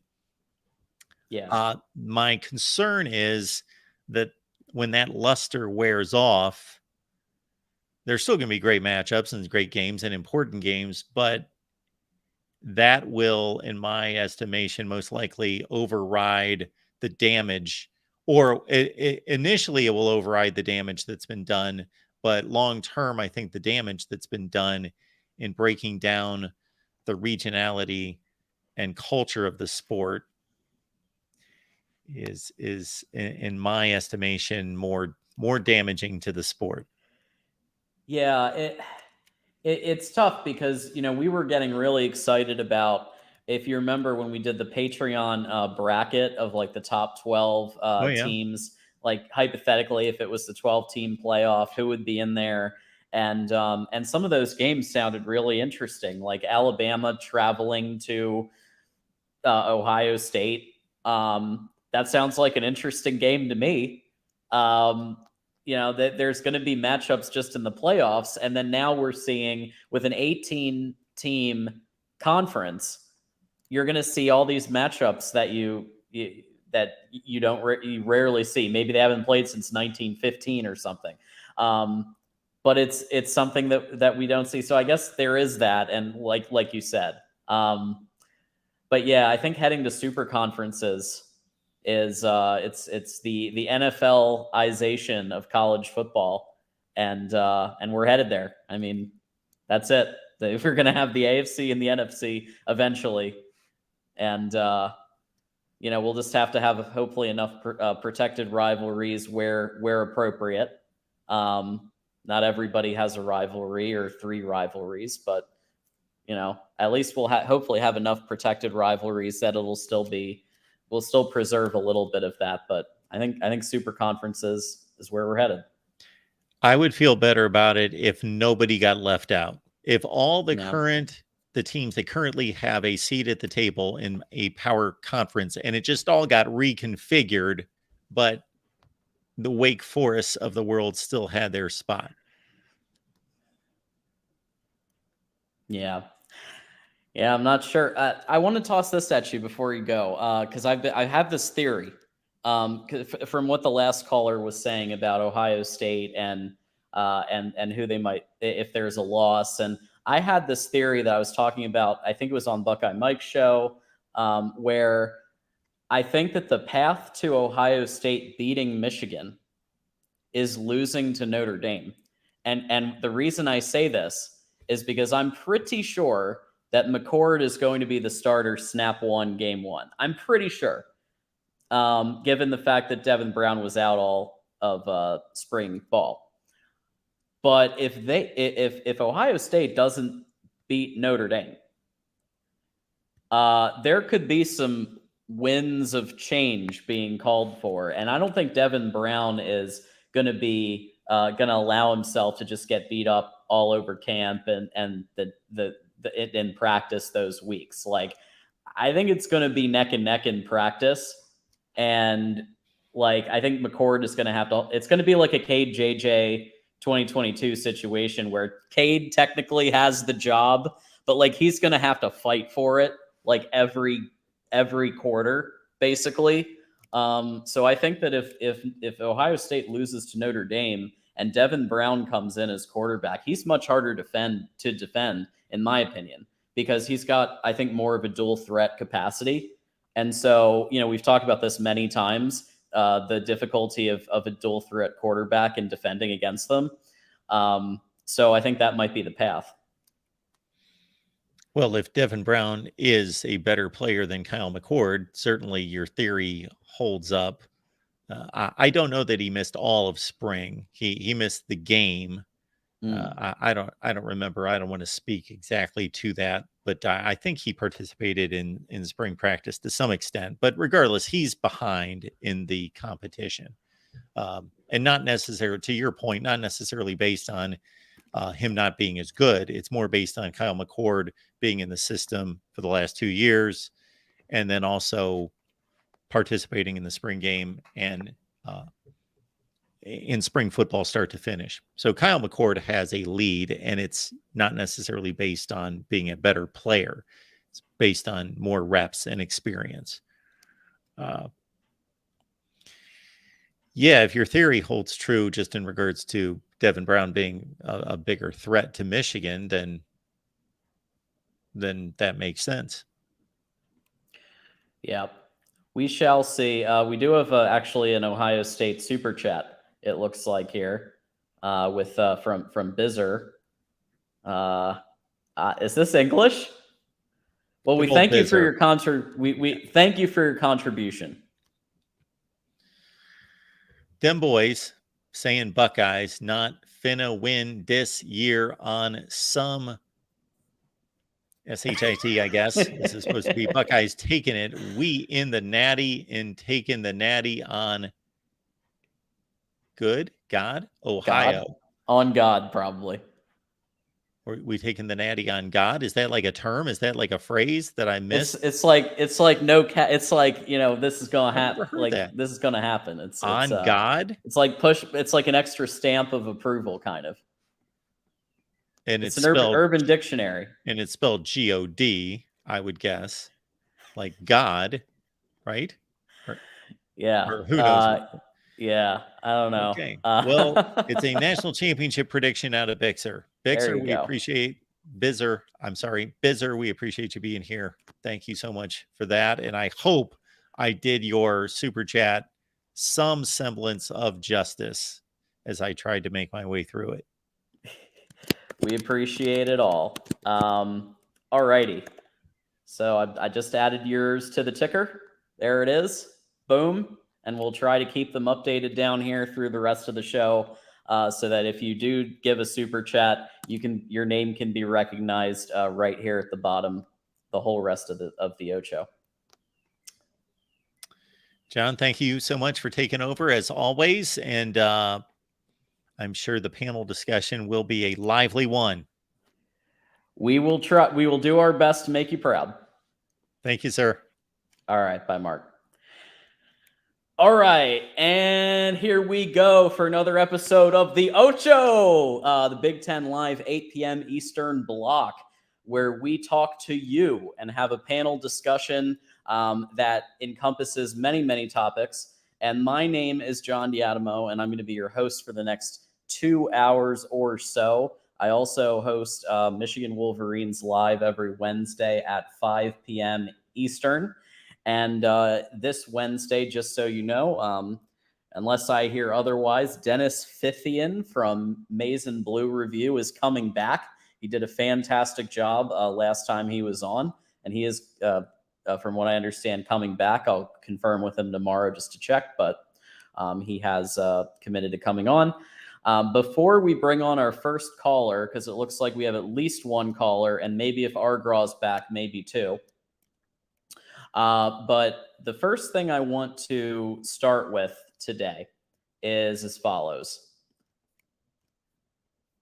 We have heard, and this was covered by Mark, but we're going to recover it because I think it's interesting. We did get the initial coaches poll. And in the Big Ten, we have Michigan at number 2, Ohio State at number 4, Penn State at number 7, Wisconsin at number 21. But who is missing? Iowa. And so friend of the program, Erica Goldberg, has given us some kind of like a history of the disrespect that Iowa has received. And I think that some of it's actually really interesting. So, for example, schools with at least 2 players drafted through the first 20 picks: Alabama, Ohio State, Georgia, and Iowa. I think that one was really interesting. Development, 12 first-round NFL draft pick selections. First-round draft picks for Big Ten West teams the last 10 years. Iowa's first place. So this is really interesting. Most NFL first-round picks the last 5 years. Iowa has 6. One of the clearly the top. And so with all the talent that they have this year, has Iowa been snubbed? Here we go. Our panel today includes Buckeye Mike. Buckeye Mike, welcome back to Big Ten Live. Thank you. How are we doing? Doing good. We got Penn State fan Argraw is back with us. Argraw, let's see if you're coming in okay. Yeah, can you hear me? Yes, we got you this time. All right. We've got friend of the program, Will ND is here. What's up, Notre everyone? Dame fan. Thanks for having me on, John. Thank you for coming back. And last but certainly not least, Michigan man Mike Fort is back for another round. He was on with Mark, and now he's back again. Go Blue, Mike. Go Blue. So obviously, the coaches poll was just released, and I'm a little bit curious as to why you got, and I want to hear your take. I don't have an issue with Michigan at 2, with Ohio State at 4, with Penn State at 7, and even Wisconsin at 21. Okay, that's fine. But where's Iowa? And why is Texas A&M 25th and not Iowa? So who wants to take it's Mike, you left, so I'm going to have you take that one first. Yeah, I'm with you on that one. I can't understand.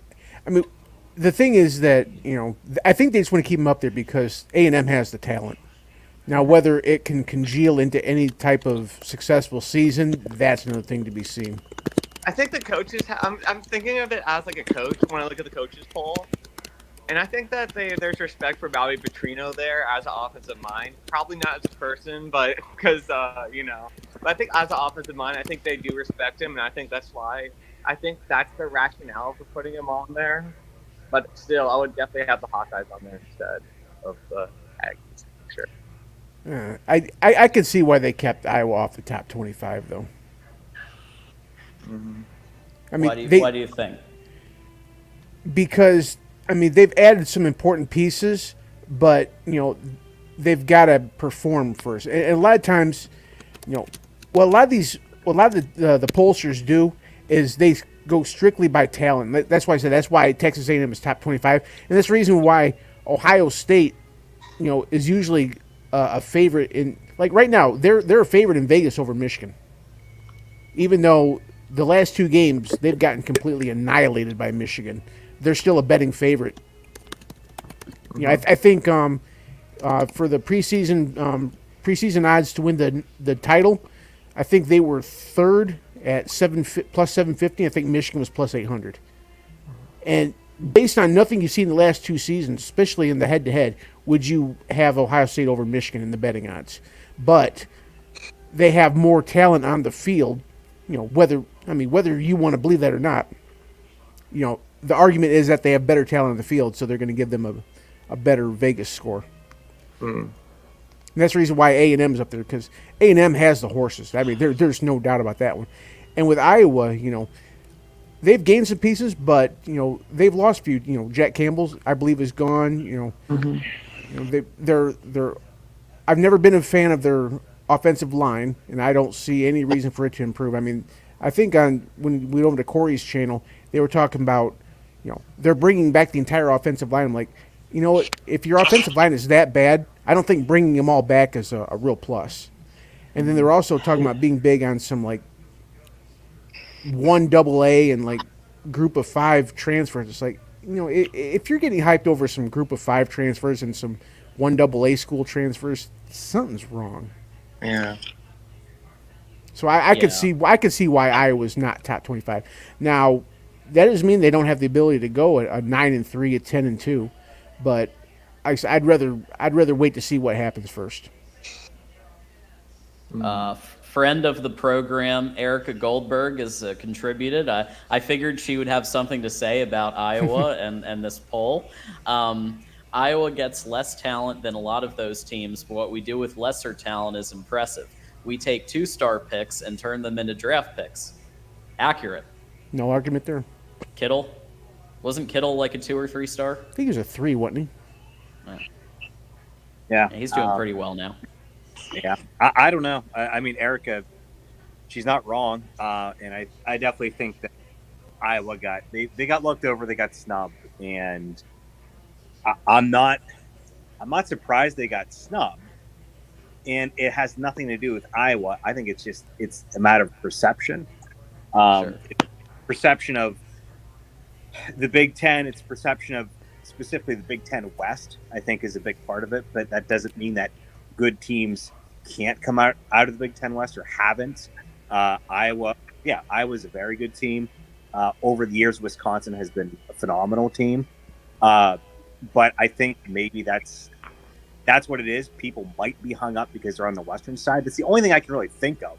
But realistically, they 100% deserve to be in the top 25. Actually, a preseason top 25 that I like much more than the coaches poll is Joel Klatt's poll. And Joel Klatt actually put them at 22. And honestly, I think that's a pretty good spot for them. I feel comfortable slotting them in probably at a 22.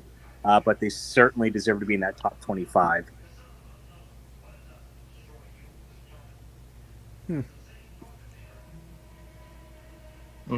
Trying to find a. I don't know. I would flip Iowa for Wisconsin. Like, I just trust Iowa more than. Well, he had Joel Klatt had Iowa 22, Wisconsin 23. He also had Penn State he had Penn State 5 rather than 7. Wow. Okay. And he had USC, because in the coaches poll, USC was slotted above Penn State.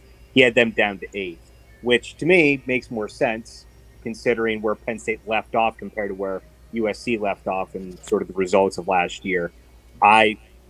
It's not even a matter of, I like Penn State. I mean, if I'm going to look at both of those teams, how they ended up last year, and that's where a lot of this is based off of, I'm going to put Penn State above USC. I like this way better than the coaches poll. Yeah, I know. Joel Klatt, I think, makes a lot. here's the thing. There's a lot of people out there that I listen to that I really like. I like, for example, I don't understand how Josh Notre Dame Pate, for tripped below example. Oklahoma. But I don't- I really like Joel Klatt. Oh guys. yeah. LSU at 7 Yeah. is.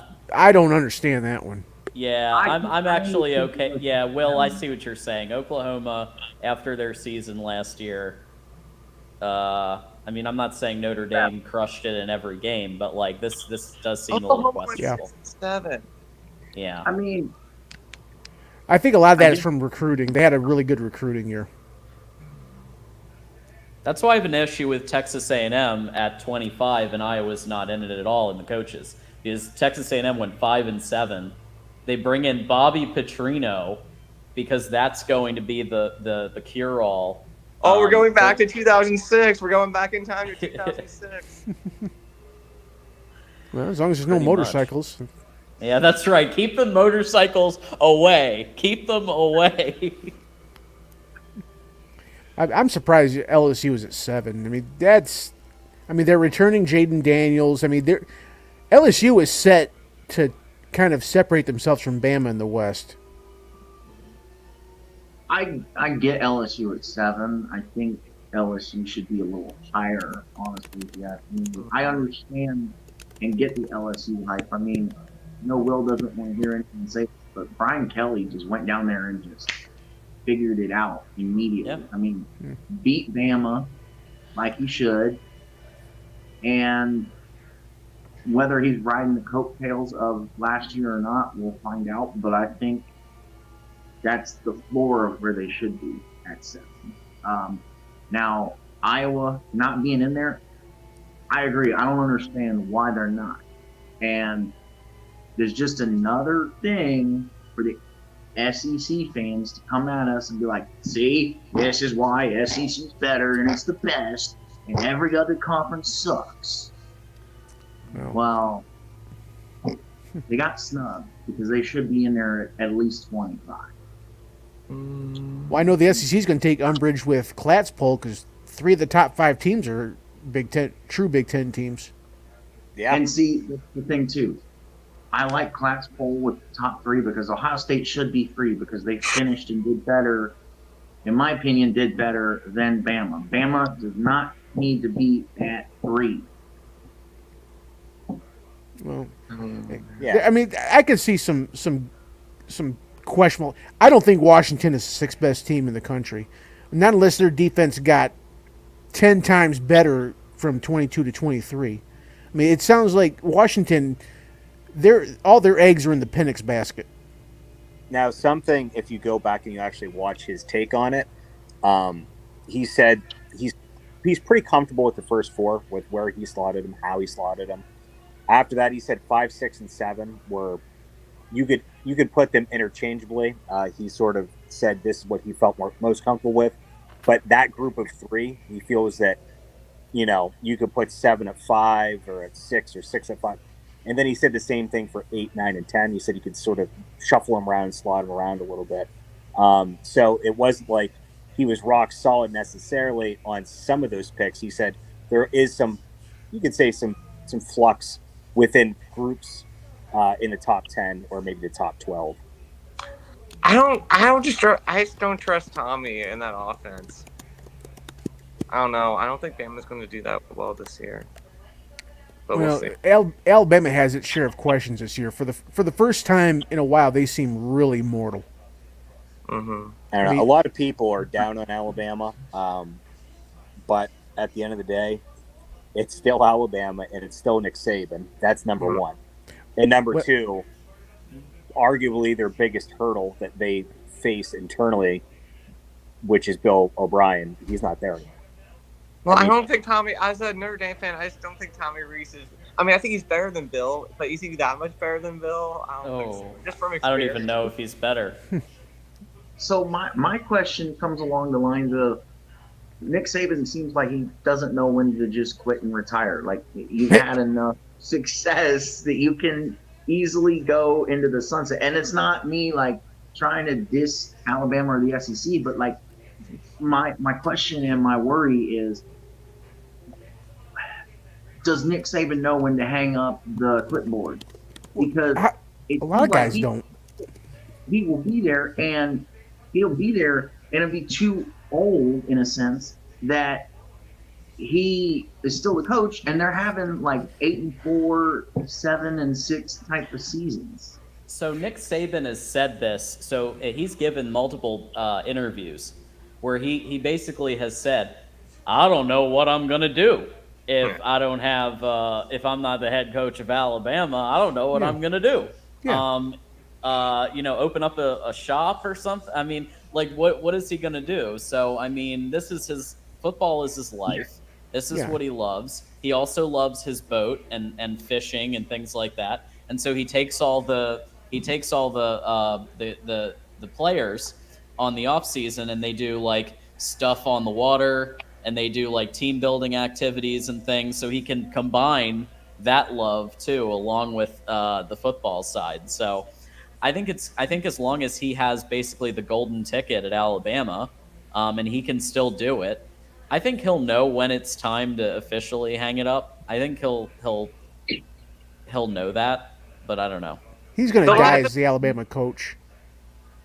I The guess thing the is- more Okay, the thing with Saban for me is just the players look so undisciplined in that Tennessee game. Like, I know it was just one game, but the amount of stupid penalties, like, that's not Nick Saban. You don't see that Yeah, from Nick Saban. that is Stupid true. penalties in that Tennessee game. I think they mucked a punt too.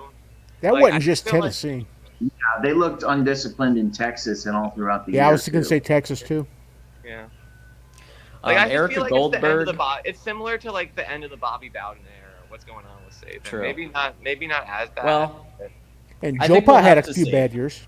yeah. We'll have to see, I think he because ended maybe strong. he shocks the world. Maybe Tommy Reese and Tyler Buckner win the national championship, and then he shocks the world. So Hot take. we don't know what this season's going to culminate in yet. But it's possible. It's possible. Erica Goldberg, thank you for your $5. It's a coach's poll, and Fickle hasn't even been head coach there. She's talking about the Wisconsin selection at 2021, I believe. It's more whiskey Kool-Aid. Shouldn't we see how he does first?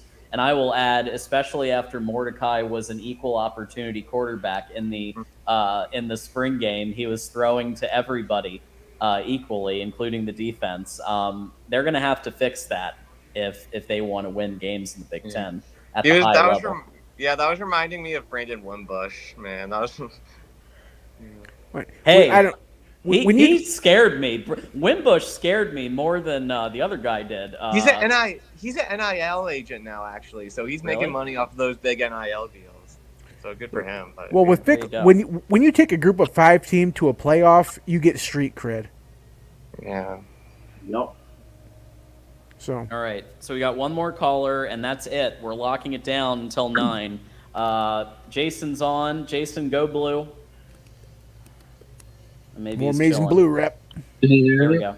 Yep, Yep. we can hear you. What's Good to going see on, you, man. boys? You too. You sound like you're underwater, Jason. Yeah, a Yeah, little good. muffled. Oh, really? A little bit. A little better? Yeah, maybe check the mic a little. Like we can hear you, but yeah, it's a little like if you've ever watched Charlie Brown.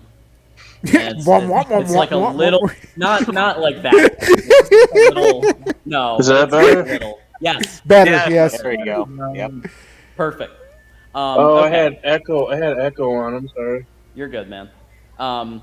So I'm actually very intrigued about this Saban conversation because, and I know it's a Big Ten show, and we will get back to the Big Ten. I promise. We have more topics, but yeah, it's just an interesting scenario because if you're Saban, you can get some of the best talent in the world, in my opinion, or at least you were able to get some of the best talent in the world. Lane Kiffin, Sark. Those were people who were head coaches, came and became an OC, crushed it, and then, now they're off and they're head coaches again, right? And then he goes and he gets Tommy Reese and Their D coordinator's not great either. Kevin I forgot Steele, his name. Kevin Well, it's Steele. an upgrade Steele, from Pete the Golden. Miami guy. Yeah. To be I think fair, I'd he take wasn't Steele the over big. Golding. Steele wasn't the worst problem in Miami. That was a guy named Josh Gaddis.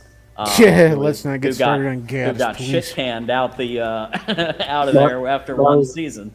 that was Maryland's problem. That's mean, true. Quarterback coach and OC at Maryland. I mean, whenever I think about Nick Saban and retirement, for me, it comes down to the dude just is so like passionate and into it that he when he's screaming on the sideline, he always looks like he's jumping and he could have a heart attack. So it's going to come down to, is he going to have to retire because, health reasons, where maybe he has a mini stroke on the sideline and he could potentially have a heart attack. Let's hope that doesn't happen. I hope not. Yeah. Yeah, we're not hoping for. Or, he goes out on his own terms. Well, who do you think the four? So Darrell made this big point earlier. Oh, Michigan didn't get any first place votes. No. Yeah, we're done. Ryan done Day, now. Ryan Day probably voted for himself, and then the Obviously. four Alabamas, Nick Saban, Some of his Lane former Kiffin, assistants, yeah. Lane Kiffin, maybe Sark, right? I don't know if Jimbo would vote maybe after Loxley, all the maybe Loxley. Loxley. I think it was probably Saban and some of his buddies. Yeah. Well, John, you know our season's over now, right? Because we didn't get one. We didn't Yeah, get one we're vote. done. Our We might as season's well over. pack it in. Yeah, we're Yeah, we might as well 81% pack it in now. returning production. Let's just call a forfeit and walk I mean, away. it's been settled already. They're spoken. Yep, there's been had no JJ's crap. Obviously, I know that Michigan. Yeah, we're trash. Yeah, Michigan City. Back-to-back college football playoffs. We're trash. Michigan City. Only 1% chance. Man. 1%. Right. 1%. To me, Georgia having the most votes makes absolute sense. I agree with you. Is Kentucky in the top 25? Are they No. right? There's no way they're top Iowa? 25. Buckeye Mike, finish what you were saying. I was going to say, didn't I? Oh, go ahead. I'm sorry. You're good. Yeah. I was going to say that I'm a firm believer in, to be the champ, you got to beat the champ. Georgia should obviously be the number one team. There's no question there. And who gives a crap that Michigan didn't get any first place votes? They're still the number 2 projected team in the country. That's not going to change anything. Yeah. It's just a talking point, though. That's not there. Yeah, it's. I don't get it. I don't know why. If you're ranked anywhere in the top 4, who cares if you did or didn't get it? Who cares? You're projected to be in the top 4. It doesn't make a difference. It doesn't matter. It cares the drill. Apparently, it cares the drill. If I'm going to make any change to that top 4, I would probably say Ohio State sitting at 2, just because they were there. They were a breath from being the national champion. They just were. I understand that Michigan beat them. I get it. But if you're going to put Georgia as number 1 and Ohio State, they were right there. I don't know why you wouldn't put them at a number 2 and then maybe slot Michigan at number 3. But at the end of the day, if you're in the top 4, it honestly doesn't make sense. It's bad optics if you take a team that was 11-1 who got whooped by a team that was 12-0 in their backyard and put them over that 12-0 team. That's a terrible optic. You can sit there and say, who's more talented. That's a terrible optic. It doesn't matter when you're coming into a new season.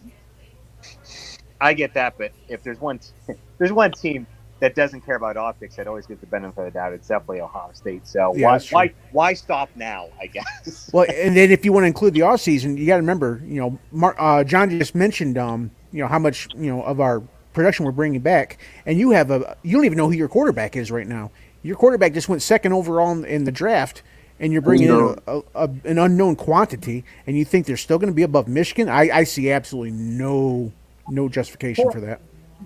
Hold on, It's not even because just Ohio State. It's Ohio Hold on, State, let's let Buckeye Bama, Mike and respond. Georgia. Mike, where did you stand when Michigan had the same problem with JJ and Cade? Because you can't be one way with your team and the other way with, your arch rival. So if that's how you feel with Ohio State, that should be how you felt with Michigan when they had the problem. Well, here's the thing, though. You can pretty much ask any Michigan fan who do you think had the bigger ceiling, Cade McNamara or J.J. McCarthy. Right. John, you want to field this one? Well, That's Jason was easy. going to talk. So go for it, Jason. Jason, go ahead. It's JJ. I mean, come on. It's a no-brainer. Yeah. Yeah, I mean, so there was a literal upgrade from Cade McNamara to J.J. McCarthy. Are you going to say that, that an unknown, I don't care if Kyle McCord was the next Peyton Manning. At this point, he's unknown, and you're replacing a guy who just got drafted second overall. So you could say Cade to JJ was an upgrade. There's no way you can say, CJ to whoever, Devin, Kyle, Bozo the Clown. That's not going to be an upgrade. Well, It's was going to be a Stroud, lateral move at best. No. was Stroud thought of as amazing in the spring before he started was just. I mean, the thing is that Ohio State brings in these players, and you don't know because they keep it under wraps, and then they like remember when Dwayne Haskins came out and just lit it up, and we were all just like, "What the hell is this?" Yeah. Yeah. I'm never concerned about a quarterback situation at Ohio State. They get quarterbacks every year they have a good quarterback, whether it's someone new, it doesn't matter. Now, once they get the NFL, that's a different story. But while they're there, like when they're there with their college career, they play great. And so to me, it's a non-issue. It just is. If you ask me, we haven't had this problem since 2015. That was the last time I hated the quarterback situation because you can't. A two quarterback system doesn't balance like that. Oh, we'll have Cardale from the 20 to the 20, but once we get in the red zone, it's JT Barrett. JT, yeah. What are you doing? I've been hearing some concerns about the Ohio State offense from Ohio State people, but The offense or the offensive line? the offense. So Really? it's not going as well as they hoped. Yeah. I mean, it's this guy that comes into the Always Irish chat that has the Ohio State podcast. He said it. Oh, interesting. I mean, okay. Not what I heard, but just wait till live action, I would say. I mean, there's some argument about who the best running back is, but I mean, I can't think of anything that says Ohio State's offense is suddenly going to be questionable. Buka. I mean, it's just not where they want it to be at this point. Are below the top preseason watch list people. And they're hyping. Now, granted, I don't really see it yet, but they're hyping Emeka Egbuka to be the next Jamar Chase. I don't see that. The Ohio podcast, Alex. I'm looking at the chat. The Ohio podcast. I think that's really good. I don't think he's on or anywhere near the level of Jamar Chase. No. So I take issue with some of Pro Football Focus's rankings for the top returning players, but I don't disagree with this. They are saying that Marvin Harrison Jr. and Emeka Egbuka are the two top wide receivers in the entire country. I agree with I think that that's wrong. I'm not going to debate it. I agree with Marvin Harrison. Yeah. Marvin Harrison. I don't know. Emeka hasn't impressed me that much. I mean, he's good, but Rome Odunze from the Huskies. Okay. And then Xavier Worthy. Okay. Yeah, he's very good. He's very good. Okay. Yeah, I mean, I don't. With who's underneath, I don't hate. I can see it. I think they're 1 and 2, probably. But I think when you talk about the entire offense meshing cohesively, you look at things like the O-line, which has been a question, and even Mark Rogers was saying, Ohio State has more questions this year than they've had in the past, and O-line was one of the areas that he pointed to. Yeah. You can have the best wide receivers of all time, but if you don't have an O-line to protect you, then you're still going to have problems. Well, I think the interior of their line is okay. The question is who they're going to get the tackles. And nobody is saying that Ohio State doesn't get good quarterbacks. I'm just saying that if you look at Kyle McCord. He's only played one game, and it was against who was it against? Akron. I mean, he hasn't. All right, He's where's Audric pretty much Estime? I want to see he's that. unproven. He's an unproven quarterback. So Now, I don't. I mean, we'll see how it goes. I have an issue here because Blake Corum, of course, #1 running back. But then here's my issue. You've got to go all the way down to 9 to get to Donovan Edwards. Wait, where's Audric? Where's Audric? He's a at? backup running back, though. Yeah. Wait, hit read more. Wait, I want to see the list. Can I see the list, John? Yeah. So share. So you basically you have to go down to all the way 9 to get Edwards, and he is. I think he's going to be just as much of an impact with his receiving ability. That is disrespect. Now he's a top here's 5 who's running above. back. So Quinshawn Judkins, #2 at Ole Miss. I got no problem with that. Okay. Raheem Sanders. Rocket Sander. All right. Bucky Irving. Yeah, okay. I would have had Braylon Allen. Allen, I think Allen is fine. He might even be underranked where he is. I think there's just general Big Ten disrespect going on here. Yeah. Because Braylon Allen's extremely good. I even said, like, Corum, Edwards, Allen is the only one in that group in my view. Allen and Singleton are both good. Now, Singleton would be up there with them if he was, I think, put in the best position. I don't think Singleton has been put in the best positions to succeed. And I think that comes from the O-line not being the best. I think it comes from, like, let's face it, like in the Michigan game, I think one thing that let Penn State down was the line play. Singleton is a very good player, but I just don't think he's been put in the best positions all the time. Who's going to be better on their O-line this year, though? Yeah, I was going to say, I was looking on a list. I'm like, okay, where's Katron Allen? And definitely where's Nick Singleton? And then we had to wait till we got to 7. Yeah. Whenever you have a two-headed monster, it kind of muddies the water a little bit. Yeah, we didn't even. Allen isn't even in here. Where's Audric at? Not in here. Estimate? Oh, you got to be kidding. He's not in here. He's gonna be a starter in the NFL. Oh, he's gonna be a starter. Stop it! But we've got Frank Gore Jr. from the Southern Miss Golden Eagles because I wonder why they put him in there. Who put maybe because of the name recognition. Who put it together? Well, Pro Football Focus did, but who in Pro Football Focus? Max Chudwick. So there you go, Max Chudwick. All right. So well, should we talk about the? I heard in the chat that is this just Ohio State and Michigan show? So maybe we should talk about others. Let's bring some other teams in then. Yeah, let's bring some other teams in. Yeah. Oh, Buckeye Mike is back. They like to play, but they don't want to get on the panel. Though. I have said, folks, in chat, call the show. I've put the link in 500 million times for the last 2 hours and 41 minutes. And I have asked people.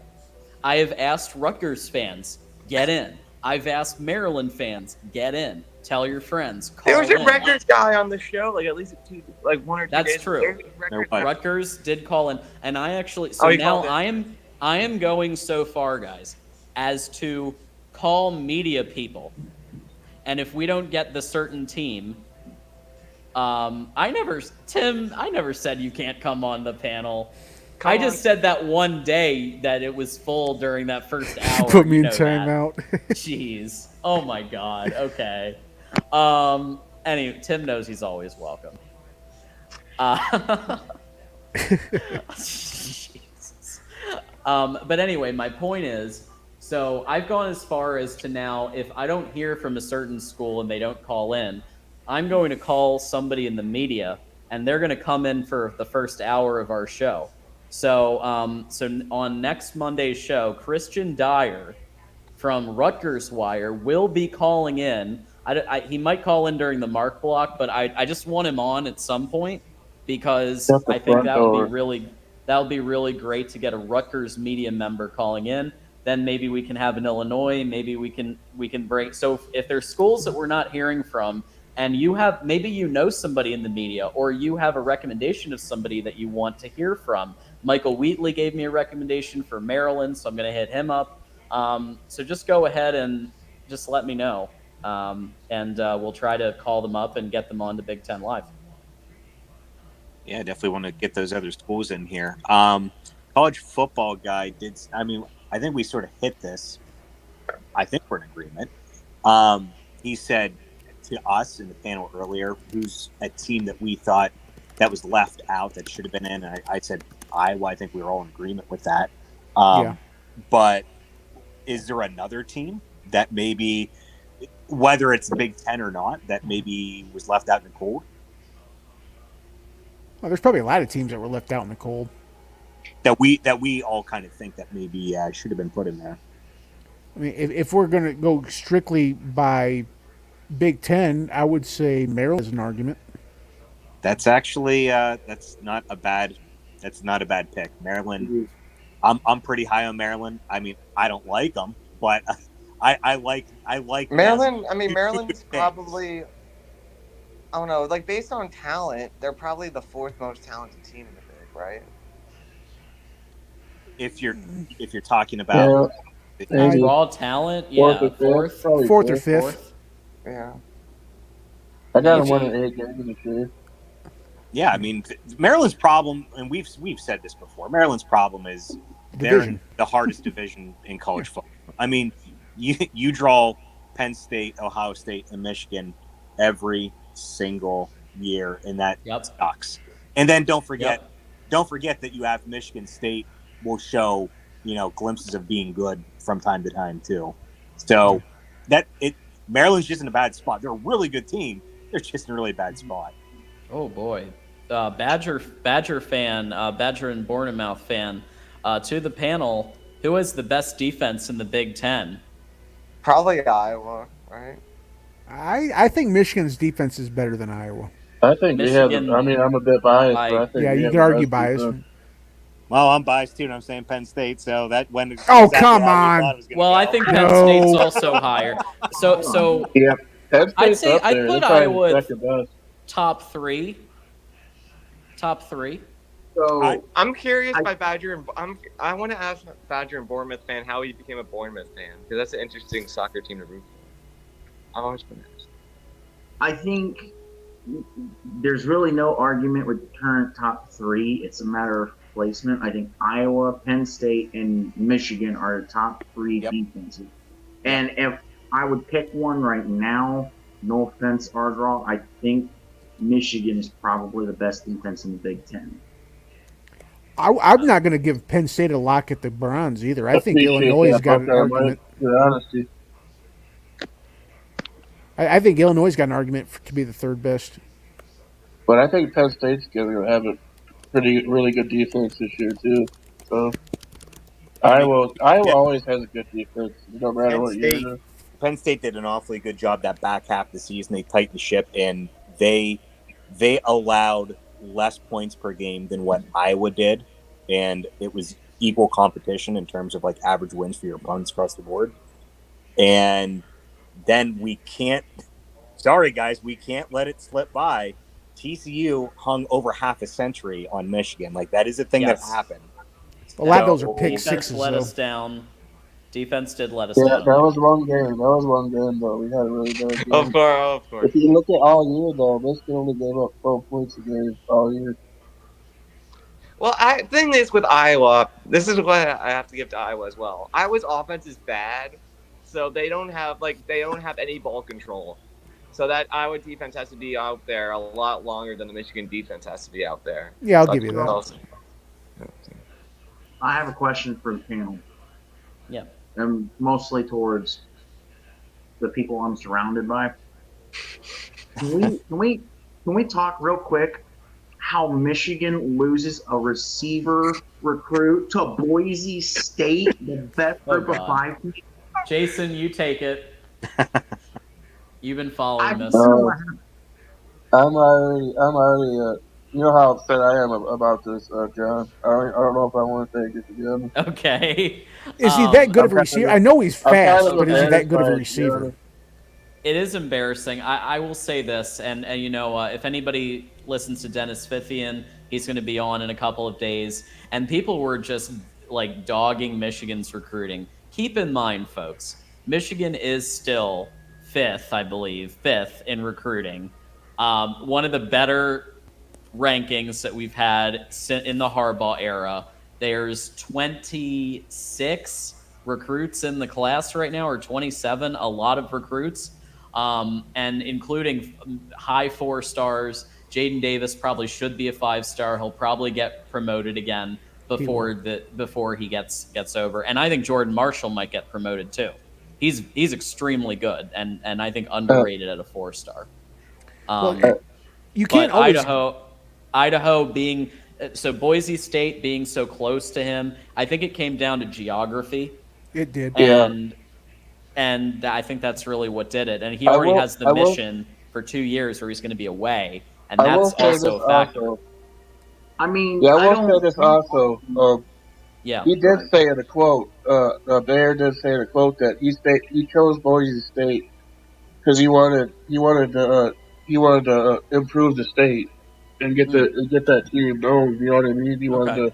Well, he stayed home because he wanted to help the state of Boise. Basically, I don't know the exact quote, but that had a lot to do with it too. He said. And you can't always get the best guys. I won't. And just just to shove Ohio State, they just lost a 5-star to South Carolina. I mean, that's not exactly Boise State, but you shouldn't be losing recruits to South Carolina. So I mean, you can't always get the best guys. I mean, I wasn't trying to create a back and forth. It was more of a, what do you guys think happened? I mean, I laughed at it because, and I didn't even know. Will sent it in Discord. It is funny. If it's geographical, it makes sense. It obviously doesn't hurt Michigan's recruiting, which is good. I love it when the Big Ten does do well in the recruiting, because last I checked, Penn State's even at number 7 class, I think. It's fluctuating. There are 5 one day, they're at 7, then they're at 6, and they're back up at 5. It's sort of right around there. But the Ohio State guy, they did lose the guy to Florida State that was like cousins with the coach.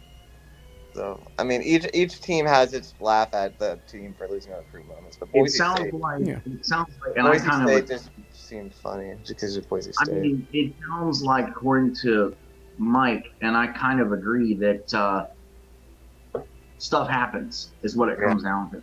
You can't win them all. You can't win. But Michigan definitely shouldn't be losing recruits to Boise State, even if he did decide he wanted to stay and try to improve the state of Idaho. It's still, if you're Michigan, that's what upset me the most. I know we don't necessarily get 5-star wide receivers or anything like that, but he wasn't a 5-star. It's freaking Boise State, dude. I mean, well, first of all, he wasn't a 5-star. In fact, I think he was kind of a low 4-star. He's a high 4-star. I thought he was a low 4-star. Yeah, he's a 96, I think, overall. Oh, wow. 97. Good for him. Yeah, he was pretty high. I mean, the only reason he's popular is because he had a lightning fast 40. But I don't know anything about him as actually like his route running or catching. I haven't. From what I know, he has a 46-inch vertical too, so he's pretty athletic. From what I heard. I think one elephant in the room that we can't completely discount, and I'm gonna say this in just a specific way because I already see Tim and others going at they got the bag and this person got the bag, but we need to address the reality that some recruits are being offered upfront sponsorship packages. That is a reality that is happening where they sign up. You have your package, and let's say it's $500,000, and in exchange for $500,000, you have to do 2 social media posts a month. You have to do you've got to go to 2 signings a month, X, Y, and Z. We saw the Rashada NIL deal, $13 million. It didn't go through. But it went through via the collective. You saw what was being asked of Rashada in exchange for $13 million. Kind of a joke. Michigan won't pay. Michigan kind of a won't joke. pay. That's why they And don't get Michigan them. They won't don't pay. pay. They won't pay. They don't pay up front. And there's pluses and minuses to that because And we've that's why also they don't seen. get 5 stars. Because on the one hand, people that are about the money, maybe they're not the best people to be on the team if they're all about the money, all about themselves. But I think that there's I heard also a Dante school Moore. of thought to be like, hey, maybe there is something to be said for you can offer a little bit of upfront sponsorship and the person can still be a team guy and dedicated. But if you're a 17-year-old, I want to ask everybody on this panel, if you're a 17-year-old and your options are Michigan, you reap what you sow, you'll earn it on the field in a year or so, and then on the other hand, you've got $500,000. What do you choose? I'm going to go with Jason first and around the room. What do you choose? I mean, obviously, $500,000 is a lot of money. So I'm definitely, I'm probably going to take the bag. I'm taking the bag over Michigan, obviously. You take the bag. Anybody wouldn't take the bag? Oh, I wouldn't. I wouldn't. Okay. I probably wouldn't. A lot of this also has to depend on your upbringing and your Yeah, economic situation at I was home. gonna say that. I mean, Yeah. if you done that to Johnny Has any of Johnny you- Manziel, it wouldn't matter because his parents are freaking rich. Let me answer this. Has any of you ever seen $500,000 in your life? No, I'm not. You wouldn't believe me if I told you. I'm not taking. I'm not I taking. would doubt that not many of you have, to be honest, but I'm that's not a lot taking- of money. I mean, you gotta think, you're a 17-year-old kid. You probably had never even seen 10 grand in your life, and you're getting offered $500,000. You tell me you wouldn't take that? Come on, man. Well, the thing it's basically the marshmallow test all over again. I mean, anybody you academics want to explain what the marshmallow test is? Is it No? to build the tower with the marshmallows? No, it's the old test.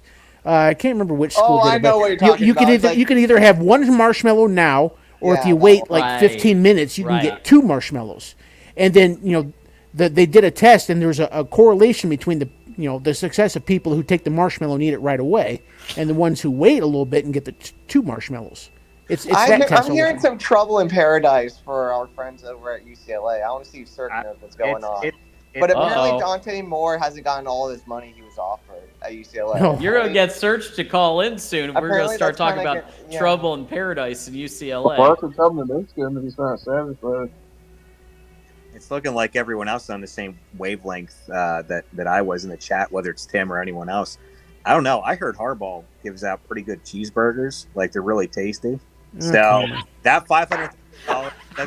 Do we need to tell the actual story about this? Okay, the Brown Jug does make a great cheeseburger. I know most of you haven't been there. It's really good. I actually haven't been there. So, speaking of Michigan, and I don't know if you guys do live in Michigan, but there's a pretzel restaurant close to the stadium. Has anybody been there? I don't eat pretzels. Have I been to the pretzel Not restaurant? a pretzel guy here. On Campus Eats. I forget what it's called. It might be something I did, but I don't remember because of the state I was in at the time.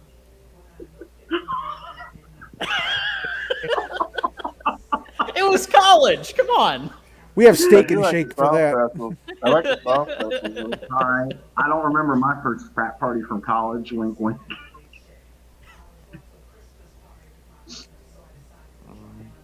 Oh man, yeah. My Ann Arbor days were a decade ago, but I do have fond memories. I have been to the Big House one time. Okay. 2017 Minnesota.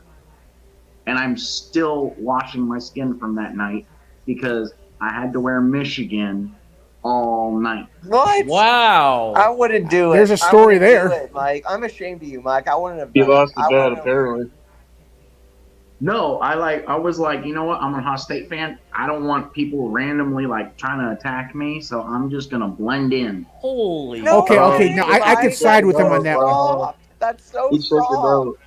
But I couldn't you could just, side with him on that one. Put on regular, just non-Michigan or I would Ohio have just State wore clothes. something blue. I would have wore something blue. I don't care if Yeah. I'm the only Michigan fan at Ohio State game. I'm wearing my jersey. I don't care. No, no, you don't. No, you don't. Well, I I know mean, I heard firsthand that Michigan and you don't Ohio do that. State I've fans are done it both pretty before. I've done nasty. it before, bro. I heard they're. And wow, I mean, I have a license plate. It's got my University of Michigan alumni. Whenever I went to Apparently, you a don't know couple how games big in I am. Columbus, Mike. I'm a big dude. I don't think nobody messes with me. yeah, well, Columbus has some rough areas, and I don't want to be a part of that. Yeah, I heard It's not like Ann Arbor. Ann Arbor is like a punk hippie. It's a rich town. It's full of hipsters. Oh, Troy, that's funny. Troy, that's hilarious. State College has University. some Rowdy fans too, because when we beat Penn State in, I believe it was 21 here in Columbus, I watched 3 Penn State dudes that were not, obviously, they freaking picked up a trash can and threw it into the crowd because they were upset because we beat Penn State. Yeah. Probably drunk college idiots, most likely, if I had to guess. Yeah, that sounds like a frat thing to do. Yeah. Typically, Very fratty. typically, if you go to the average fan, they're going to be whatever. They might say something, lines like "Oh, you suckers," but that's really the extent of it. But yeah, if you end up around like the actual frat crowd or whatever, just forget it. They're hash bash dependent. Yeah, hash bash in Ann Arbor. So Michigan used to be a party school. I'd like to ask you all a question, and we'll go around the horn for this one. With the addition of Oregon and Washington, what Big Ten game are you matchup are you most excited for in 2024? I'll start with Will ND being the odd person out who. I gotta look at all the games, but Well, you just make up 2 teams. I don't care if you look at the schedule or not, because remember it hasn't been released yet for Oregon and Washington in there anyway, so you could just make up 2. I guess USC Ohio State would be fun. I guess the hype I too, agree. because the offenses and the That'll be wide a good one. receivers. Yeah. That's like what do you think of, like 63 to 62? Yeah. Or something like that. Yeah. Like imagine how high scoring that stuff is going to be. Well, I don't know, because you guys remember, what was it, 2009, when the offenses were high flying and they came out here to Columbus. That score was 18 to 15. Well, you guys had better defense. Both teams had better defenses back then too. Like Pete always had a good defense. Tressel always had a pretty good defense.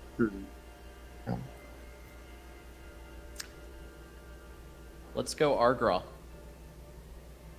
What big matchup am I most looking forward to? I'm gonna say Iowa. It's the whiteout. I mean, it's as a Penn State fan, that's always going to be on the radar. There's always big games, regardless. Whether it's the whiteout or not. Ohio State, that's going to be a big matchup. Michigan State, that's going to be a big matchup. But actually, if I'm going to rank them, those 2 are actually probably 3 and 4. Number 1's going to be the whiteout, but number 2 is probably, it's not necessarily a big matchup. It's going to be that West Virginia game. It's just really, really nice to get an old rival back on the schedule again. That was one reason why I was so happy to see the home away with Pitt a few years back. It was just really, really nice to see something like that. Don't get me wrong, Ohio State, they're a rival. Michigan, they're a rival. I know that the whole Penn State mantra is unrivaled. If we're going to be realistic, it's a rivalry. It's not Michigan Ohio State level, but it's a rivalry. But realistically, the real rivals for Penn State are from the days of yore.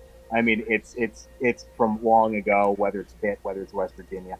So I'm definitely looking forward to that. But if we're talking strictly big matchup, definitely going to be that Iowa-Penn State game. Okay. Yeah, it can be any of the 18 against any of the other 18. So, who do we have? Jason, which one for you for once Oregon and Washington, USC, and UCLA get added? You already know what I'm going to say, John. Obviously it's Michigan and USC because I've had to hear for the last few months that from USC fans that they're just going to come over and take over the Big Ten and it's just going to be easy.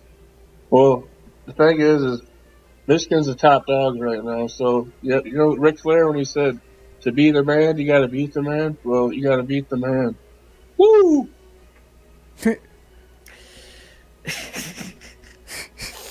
Interesting. Has anyone not gone? And I'll give my pick. Mike, did you go? For 2024? Yeah. Oh, UCLA coming here. Oh, yes. I want 110,000 to give Dante the business.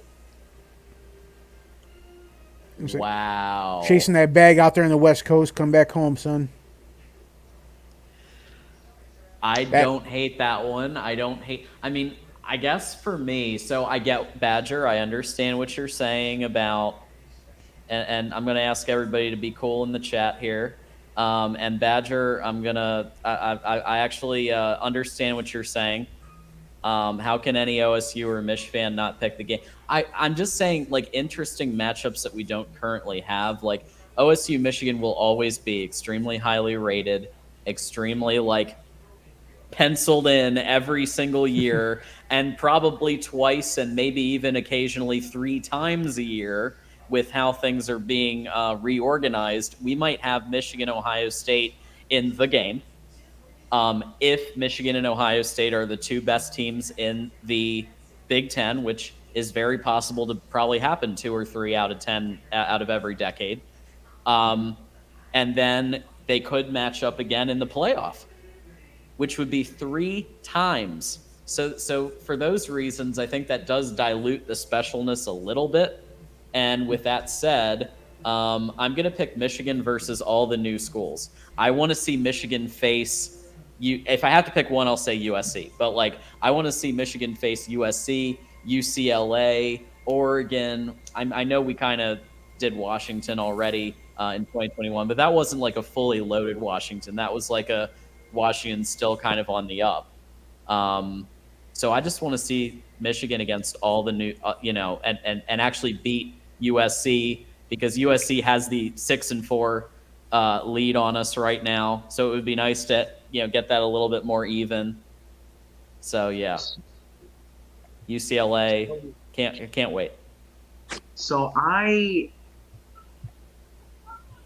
gonna go out of left field here, and I think that if we were to get a Washington and Wisconsin matchup, that's a lot of W. I think that's pretty decent of a game. Because obviously Fickle runs a different style of offense. So whatever garbage mess we saw last year, Wisconsin play Wazoo, we shouldn't see that. I'm excited for the Washington Wazoo match at Pullman. I think that'll be a fun game. I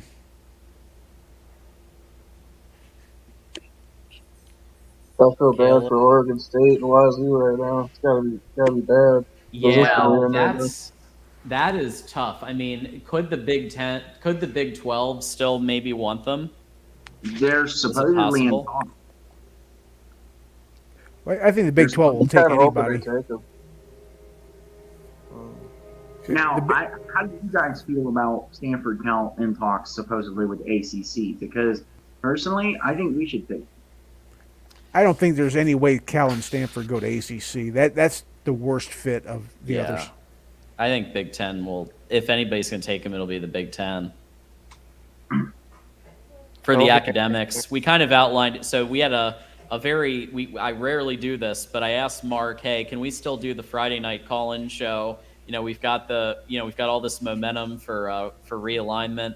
And Mark said okay, and so I got on here at like 11:30 at night, and we just went till like 1 or 2 in the morning on realignment, and yeah, it was exactly like that. We were just trying to think of like all the different matchups, all the different scenarios. So I mean, I know the dust is kind of settled, but I think, in my opinion, the Big Ten goes to 24. I think Big Ten gets Stanford Cal, and I think Wow. Big Ten kind of cleans the slate of the ACC. I think it's going to be some kind of combination of Florida State, Clemson, Miami, Virginia, and North Carolina. Wow.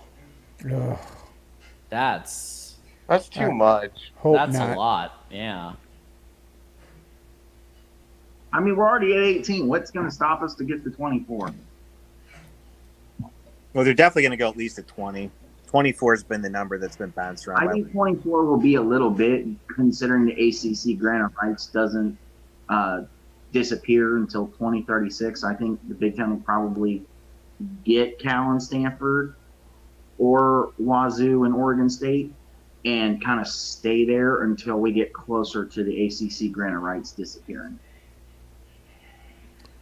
Granted, supposedly Florida State is already in talks with the Big Ten to join. I'll believe it when I see it. Yeah, I'm sort of on the same boat with you. I know that FSU is working really, really hard to get out of the ACC, and you're hearing a lot of stuff potentially that's going on. Of how they're being bankrolled, whatever it might be. But at the end of the day, I mean, I don't know how they get out of that grant of rights. It's supposed to be, rock solid from, ironclad from what everyone says, and if that's the case, I don't know how you get out of that. It is possible. I mean, if it is possible, if they're going to go anywhere, I would think these teams would jump to the Big Ten just because that's where the money's at. If there's going to be one conference that's going to be able to take that hit a bit, it's going to be them. But I'm kind of with you. Unless we really see something, I'm going to be a little more sort of skeptical about something like that. I mean, so I have a question for you guys, and this will be the last non-Big Ten related thing. Do you guys think that it's more likely that the 4 remaining schools possibly go to the Big 12, and we see the Big 12 disappear and rebrand itself as the Big Pac or something? I don't think the Big 12 is going anywhere. I think if the next conference is going to go is not the Big 12, it's going to be the ACC. Well, I'm not saying like.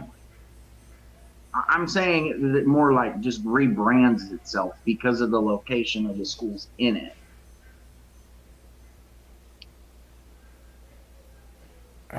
I don't really have anything to say about that.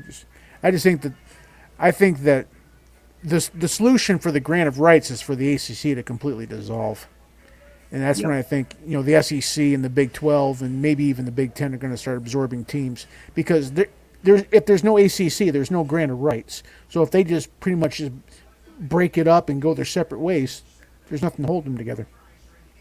It's kind of like a legal loophole. Yep.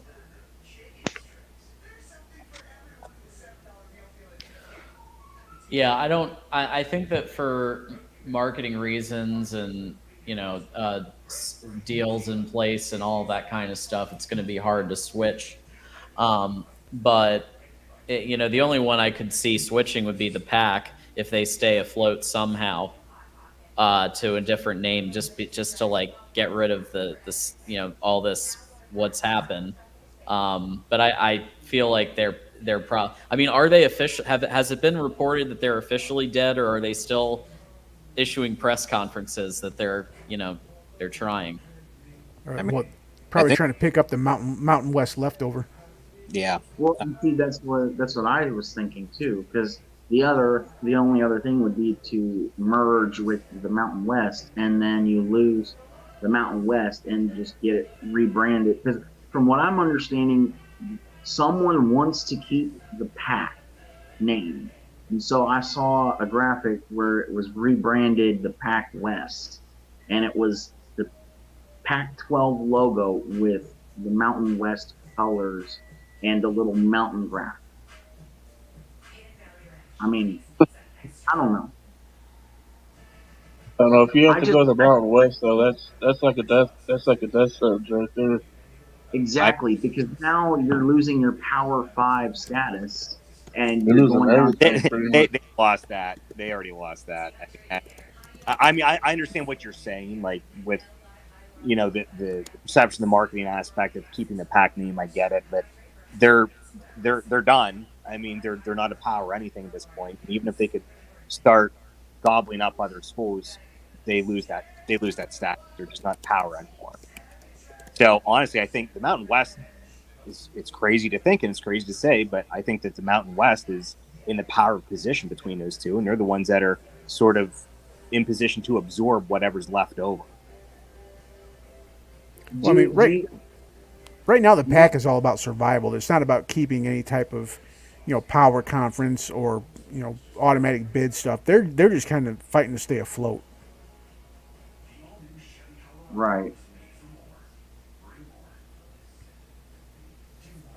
No, they're pretty much sinking ship at this point. Well, they're not going away yet, but they're trying. You might as well call them the Titanic, pretty much. I mean, it kind of hinges on what they do with the Mountain West, but it's looking bleak.